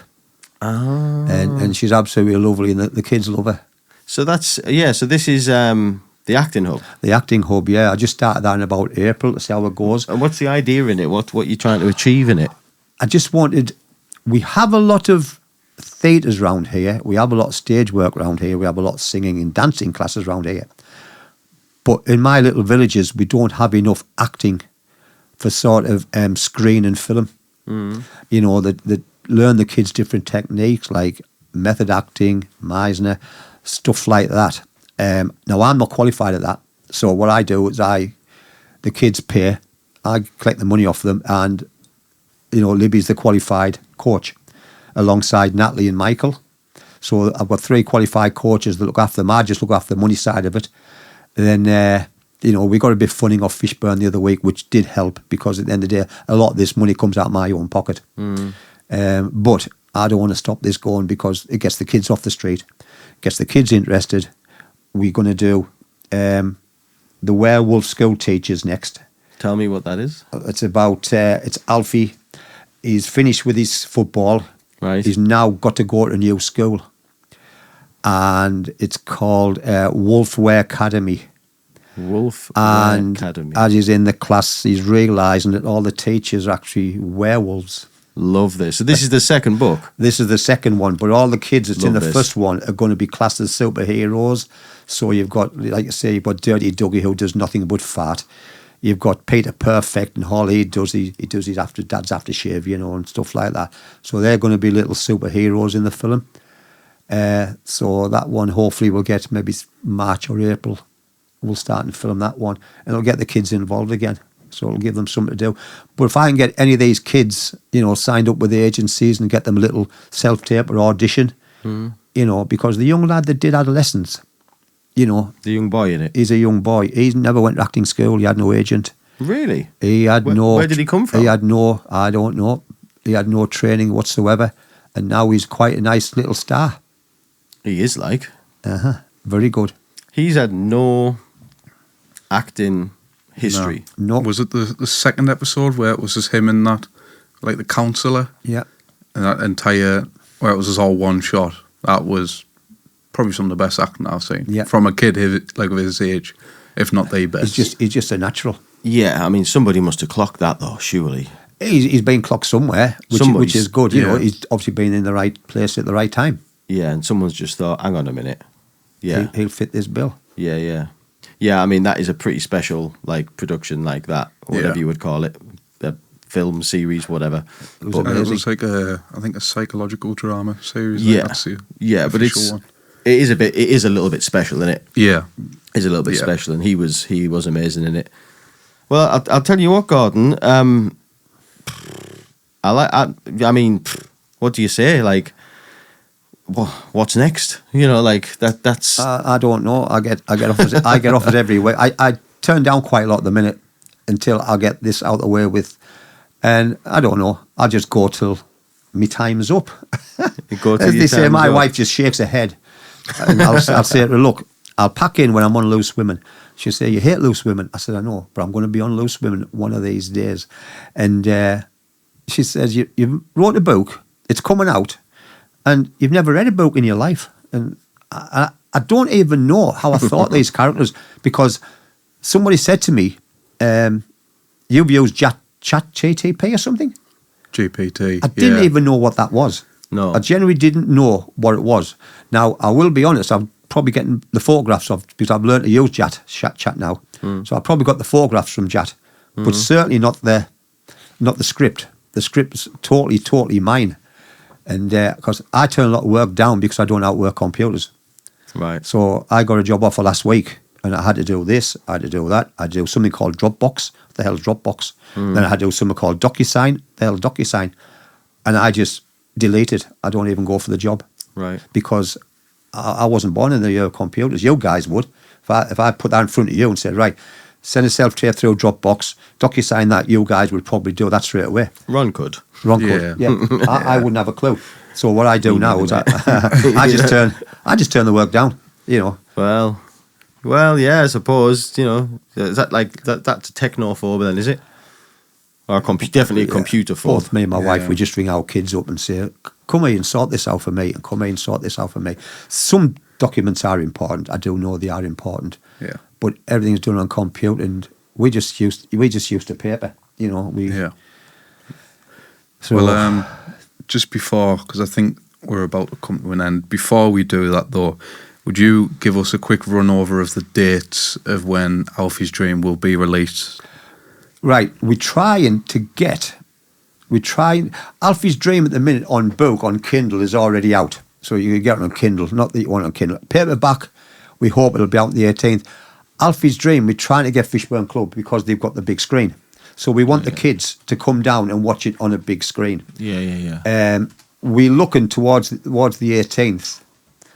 They're different Alfie Dreams. And if you go on the Kindle, there's loads of Alfies all of a sudden.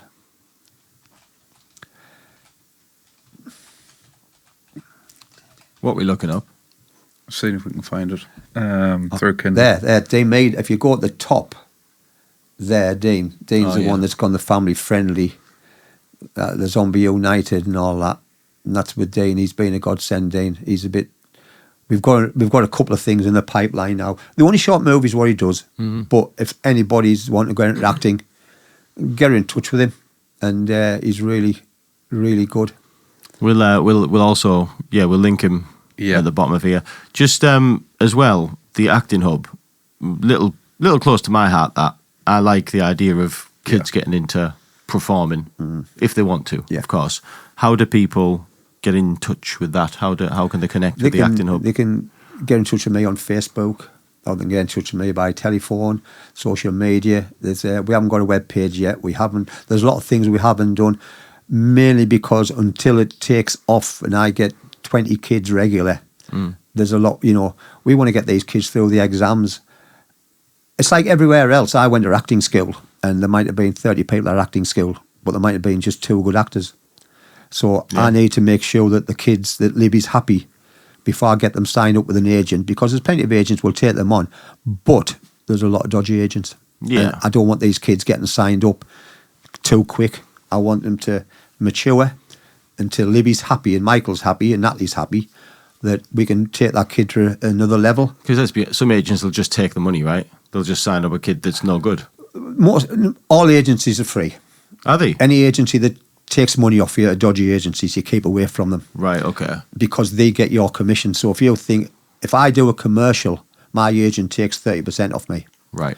If I do an ordinary thing, they'll take 20% off me. So obviously, the more famous you are as an actor, the more money that agent will get. Okay. Are you with me? So you look at Stephen Graham and Sheridan Smith, who are probably the top actors at the minute. Their agents will get a good whack of their money. Yeah. What a lot of people don't realise when they go into this business, you've got to go in to enjoy it, not to make money. Because, believe it or not, only 5% of actors make over £22,000 a year. Really? And that is fact. That is not. All right. To be honest, I thought it'd be less. I thought it'd be less than 1% that were doing anything. I thought, in my idea, same as like musicians and stuff, I thought it was like the 0.001% end up being able to do it for a living. So you get the likes of I sat with Pierce Brosnan for about an hour. Am I boring? Am I over my time? Not at all. All right. No. So I was doing one called Giant about the life story of Prisoner Nassim. Right. Okay. And Pierce Brosnan was keep going up and down this ring. Right. And he sat next to me. Pierce Brosnan, how was he playing Prince Nassim? He played he played the manager. Right. As a Barney somebody. Okay. So Prince Nassim's doing the World Championship fight in Wales. Okay. And people hate him. They hated him. It was his first fight for his world championship. Okay. And he was fighting a Welsh lad in Wales. So you can imagine the amount of racism. Yeah, hostile. And I'll tell you what, it was hard. It was hard acting that job. Was it? Because he came down to his song and you had to call him all the racist names you could think of. And I couldn't. I couldn't. No. And I said to him, I says, mate, I can't call you any racist names. He says, mate, he says, you have to. He says, you have to. I says, but it's hard. He says, mate, you call me black B, black anything you want. I said, but I'm not racist. But there was loads more people around me, so I just mimed it. Ah. I couldn't do it. Anyhow, it was... so Piers Brosnan was keep getting up and down, and he sat next to me, and he said, I said, Piers, you look knackered. He says, I'm fucked. Did he? I says, you're 71, why don't you just pack it in? He said, actors don't retire. He says, the phone just stops ringing. Is that it? He says, from this, I'm going down to London to do another film with, I forgot what you call the girl's name. She's a really nice girl. And I says, you're 71 now. He says, I know, mate. He says, but I've got to keep going. And we had a good bit chat, and it was really good, And I says, look, if you're ever in the North East, come and have your Sunday dinner with me and my wife. She makes a cracking Sunday dinner. And he was on with Kate Beckinsdale. I don't know if you've heard of her. He was on with her next. Just a little bit. So the week after, I was walking up the stairs with Larry Lamb. Sorry, names drop, But no, please do. And Larry Lamb says, I'm knackered here. I said, how old are you now, Larry? He said, I'm 71. I says, why? I said, I was talking to Piers Brosnan last week. God, little old me with all these stars, eh? Mm. And he's the same age as you. And I says, you fit than what he is. Yeah, I says, you should retire as well. But no, they're lovely times. I'll never forget them. The lovely times. And the lovely people. Really Wasn't Larry Lamb in that thing that with James Corden and stuff? Didn't he play Stacey, yeah. That's it, yeah. I thought I recognised that name. Yeah, been around a long he's time. the dad, isn't he? Yeah. Gavin and Stacey. Yeah, he's a lovely lad. Really good. Good lad. You've had the opportunity to meet some amazing people. I don't know how you're not starstruck. I would be. It never bothers me. Absolutely. Because I would have put it's a glamorous life when you finish filming and they're on the red carpet and they're on these awards. But when you're filming on set, they're freezing, they're soaking wet, they've got to remember the lines. There are some nice times. I mean, Smoggy Queens last year was so funny.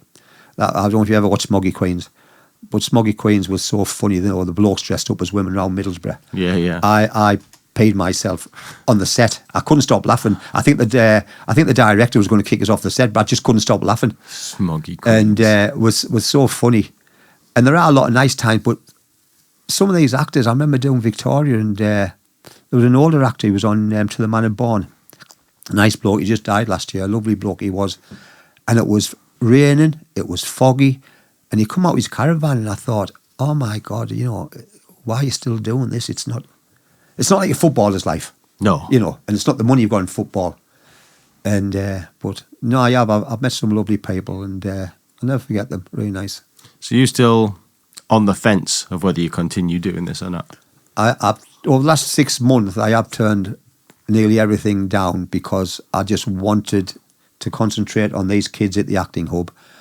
I need just Libby to say to me, look, Gordon, such and such is really excelled or whatever, not expelled, excelled. Let's try and sign him up with a reputable agent, somebody that's decent, or even get them as extras on the set so they know how the set works. I enjoy working with Dean, even though the all small budget. He's a great guy. He's got a lot of history, and he loves his horror films. He's going to do me a zombie one about a boot campers soon. So I'm going to take a load of boot campers around the Hardwick Park in the dark, and we're all going to get attacked by zombies. I know. I love the imagination in all this. Yeah. And you're coming up with all this? Yeah. I love this. Yeah. I love this. And he shakes his head when I tell him, because he's just used to his little, no disrespect, he loves his A. Valentine's his baby. If you ever put A. Valentine up there, that is Dame Midas's baby.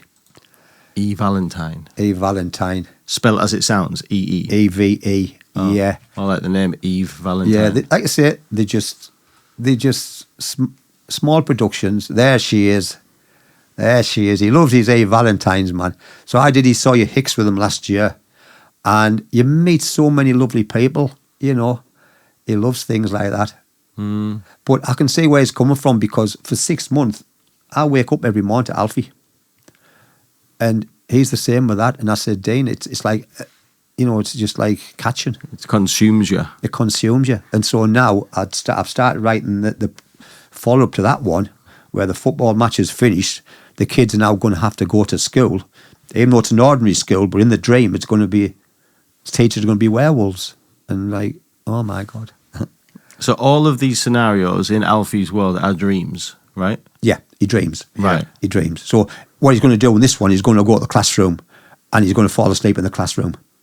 Right, I get it. Okay. Right. Okay. Yeah. Which, let's face it, we've all done it one time or the other. Of course we have. And so he'll fall asleep in the classroom and he'll look up and he'll think, did I see a werewolf go past the window there? And he'll say to his mate, did you see a werewolf? Alfie, man, you're dreaming again. Like that type of thing. But there's always something at the end, what we leave to think, was that a dream or was it real? You can almost like imagine it like becoming like an animated thing, like a cartoon. Do you know what I mean? You hit the nail on the head there, because I would love somebody to make a cartoon version of that. Like, it doesn't even have to be like film length. It could be like cartoon length. How long is a typical cartoon? Like, aren't the episodes of like cartoons like 10, 15 minutes long? They're quite short, right? Yeah. So like you could make a series out of it where like, why can't he dream in loads of places? Like he can go to the beach with his mum and dad. He could fall asleep there. He could fall asleep on the bus. He could fall asleep. Typical places where you fall asleep on the sofa. I would love that. I would love like somebody to come along and just say, can I make a cartoon version of that? Hey, mate, you do it. I couldn't care less if you pinch my ideas. I'm not, Huh. It says many are animated shorts of 10 to 11 minutes. It would be great. You could literally picture it. Like when I was at school, when you got home at 3:30, 10 to 4, the cartoons were on till like 5:30. That's how it used to be. And there'd be various things on, like Rosie and Jim and stuff like that, and daft programs and stuff. And you could imagine that being one of them. Yeah. You would have been Saved by the Bell era, were you? Oh, yeah. Yeah, when I was young, Saved by the Bell. Yeah. It's amazing, that Saved by the Bell. When I was a kid, they seemed like adults. Yeah. But now when you look back, you can see how young they are. I know. And when Screech died the other year, we were gutted. Because it was all my kids, were Saved by the Bell. Weirdly enough, he was a DJ and I've seen him be a DJ. Did you? Oh, funnily enough, at Hardwick Hall, I think. Was it? Really? Oh, Sedgefield Racecourse, one of the two. Right. Oh, yeah. Wow. Christ. Years ago. Yeah, Screech became a DJ. Yeah. Weirdly. It was class. When I had the Black Bullet Ferry Hill, we had Tom Sonetti on. Oh, yeah. So I got Tom up to do a spot. He's quite famous at the minute, isn't he? Yeah, he's took off a bit. Yeah, he has took yeah. off a bit. Yeah, really. Nice lad. So when he came up, was he just up and coming then? Well, it's 500 quid an hour at the time, so Wow. he wasn't cheap, but kids would pay 20 quid a ticket To see him, yeah. to see him, so they weren't bothered, so they made the money. Yeah. They just built the room off me, and obviously he come up and he met my wife, and my granddaughter was took by him because my granddaughter loved him, and a nice guy. Next thing you know, he's doing the music for Love Island or something like that. Yeah, he's all over the place, Tom Sonetti. Yeah. He's like, he's a busy man, isn't he? yeah, he's a big deal in our country now, and he like, I don't know what he's like in abroad, but in the UK, he's a big deal. Yeah, big deal. And his songs are good too. I like them. The idea. Modern sound, but I'm into it. Yeah. I'm into it. But yeah, he seems like a down to earth, pretty cool guy. Yeah, he was. Yeah. I mean, he only did 2 hours. Don't get me wrong, he only did 2 hours. But like I say, the kids, they pay about 20 quid a ticket, or they might have paid 10 at the time. Got 100 people. I think they made a bit of money off him, to be quite honest. But he did his job. He didn't let us down, because a lot of them they'll come and they let me down. Wow. Yeah. Great. What a story, Gordon. So far. Quite boring. Yeah. You've not done much, have you, mate? No. No, not done much. Yeah. Mate, look, what's your we're going to wrap it up. How long have we been rolling, Ron? We are close to 2 hours, 10 minutes. Really? Ooh, that's a long What? one. Yeah. God almighty, sorry about that, guys. I thought this was going to be half an hour. We normally, as a rule, right, we normally go like anywhere from an hour 15 to an like hour 45. an at a hour push. 45 Oh, normally. right. Yeah. It's just normally where they naturally fall. Right, Do you know sorry, what I mean? guys, No, there's no sorry, Right. guys. This is good. There's, like I say, we could sit here for another 5 hours because we, in effect, have just glazed over Right. things. Yeah. But yeah, I mean, there could potentially be a part 2, Gordon. Yeah. Have you well, got mate, this next book or next short film? Yeah, I'm interested to see where that goes, because I genuinely can imagine that being something. This podcast will come out before the short film is released, but when it does, we will share it on our social media and stuff as well, Cheers, guys, repost it and get the viewership and hopefully up a little bit more for you. Ideally, I just want this kids acting hub to just take off. I'll leave it in the hands of the professionals, which is Libby, Michael and Natalie. They're absolutely amazing. When we did the film, the parents, the amount of what the parents did for me, I just can't, and local businesses, I just can't thank them enough. You know, from Sedgefield Removals to Grayson's, the parents all did the zombie makeup on the morning, and it was just like being on a professional set. And Chris Grayson, you know, I don't know if you know Chris Grayson, but he drove the bus for me, and he's a good friend of mine. We even got him dressed up as a zombie. He wasn't expecting it. I love that. He just drove the bus to the car park and said, "What do you want me to do?" I says, "Go in there, get dressed up as a zombie." He said, "You're joking, aren't you?" I said, "No, get dressed up as a zombie." And Chris he was the zombie. He thought it was just a normal day. He just thought it was a normal day. And next thing you know, same as some of the parents, they came. I said, "Right, you two, you're zombies," and they went to change rooms. Next thing you know, they come out as zombies, and it was really, really good. Anything can happen in Gordon's world, can't it? But I don't do this on my own. I've got a lovely team around me, and I couldn't. Even my wife, you know, God Almighty, you know, I drive her mad. Easy as that, because she never knows what I'm going to do next. And I'm not saying she agrees with everything I do, but she always has me back. Gordon, I'm not sure you do either, mate. You know, I'll be honest. I know. What we'll do is we'll leave all the relevant information in the description below. So if you know someone, or you have maybe a younger brother, a younger sister, or someone who's young and wants to get into the acting world, then we'll leave it below. Contact Gordon, and we'll see what we see for you. That would be appreciated. Yeah, any help, and I never refuse any help, guys. And thanks for having me here today. Thank you for coming on. It's been a pleasure meeting the pair of you, actually. Thank you for talking to people like us. Ladies and gentlemen, that's been Gordon. Is it Hindson? Hindson, yeah, Hindson. How do you say it, Hindson or Hindson? Hindson. Yeah. I was looking for the E, but there's no E, so it's Hindson. There is no E. H-I or Heinz Tin. Think of a Heinz Tin. Heinz Tin. Ladies and gentlemen, that has been Gordon Heinz Tin. Yeah, keep watching. Thank you for watching, and we'll see you next time. Okay. Cheers, guys. Thank you. I said I got to say something, better hand me the mic. Somebody hand me a mic. Cause I got to say something, so just hand me a mic. I need to say something.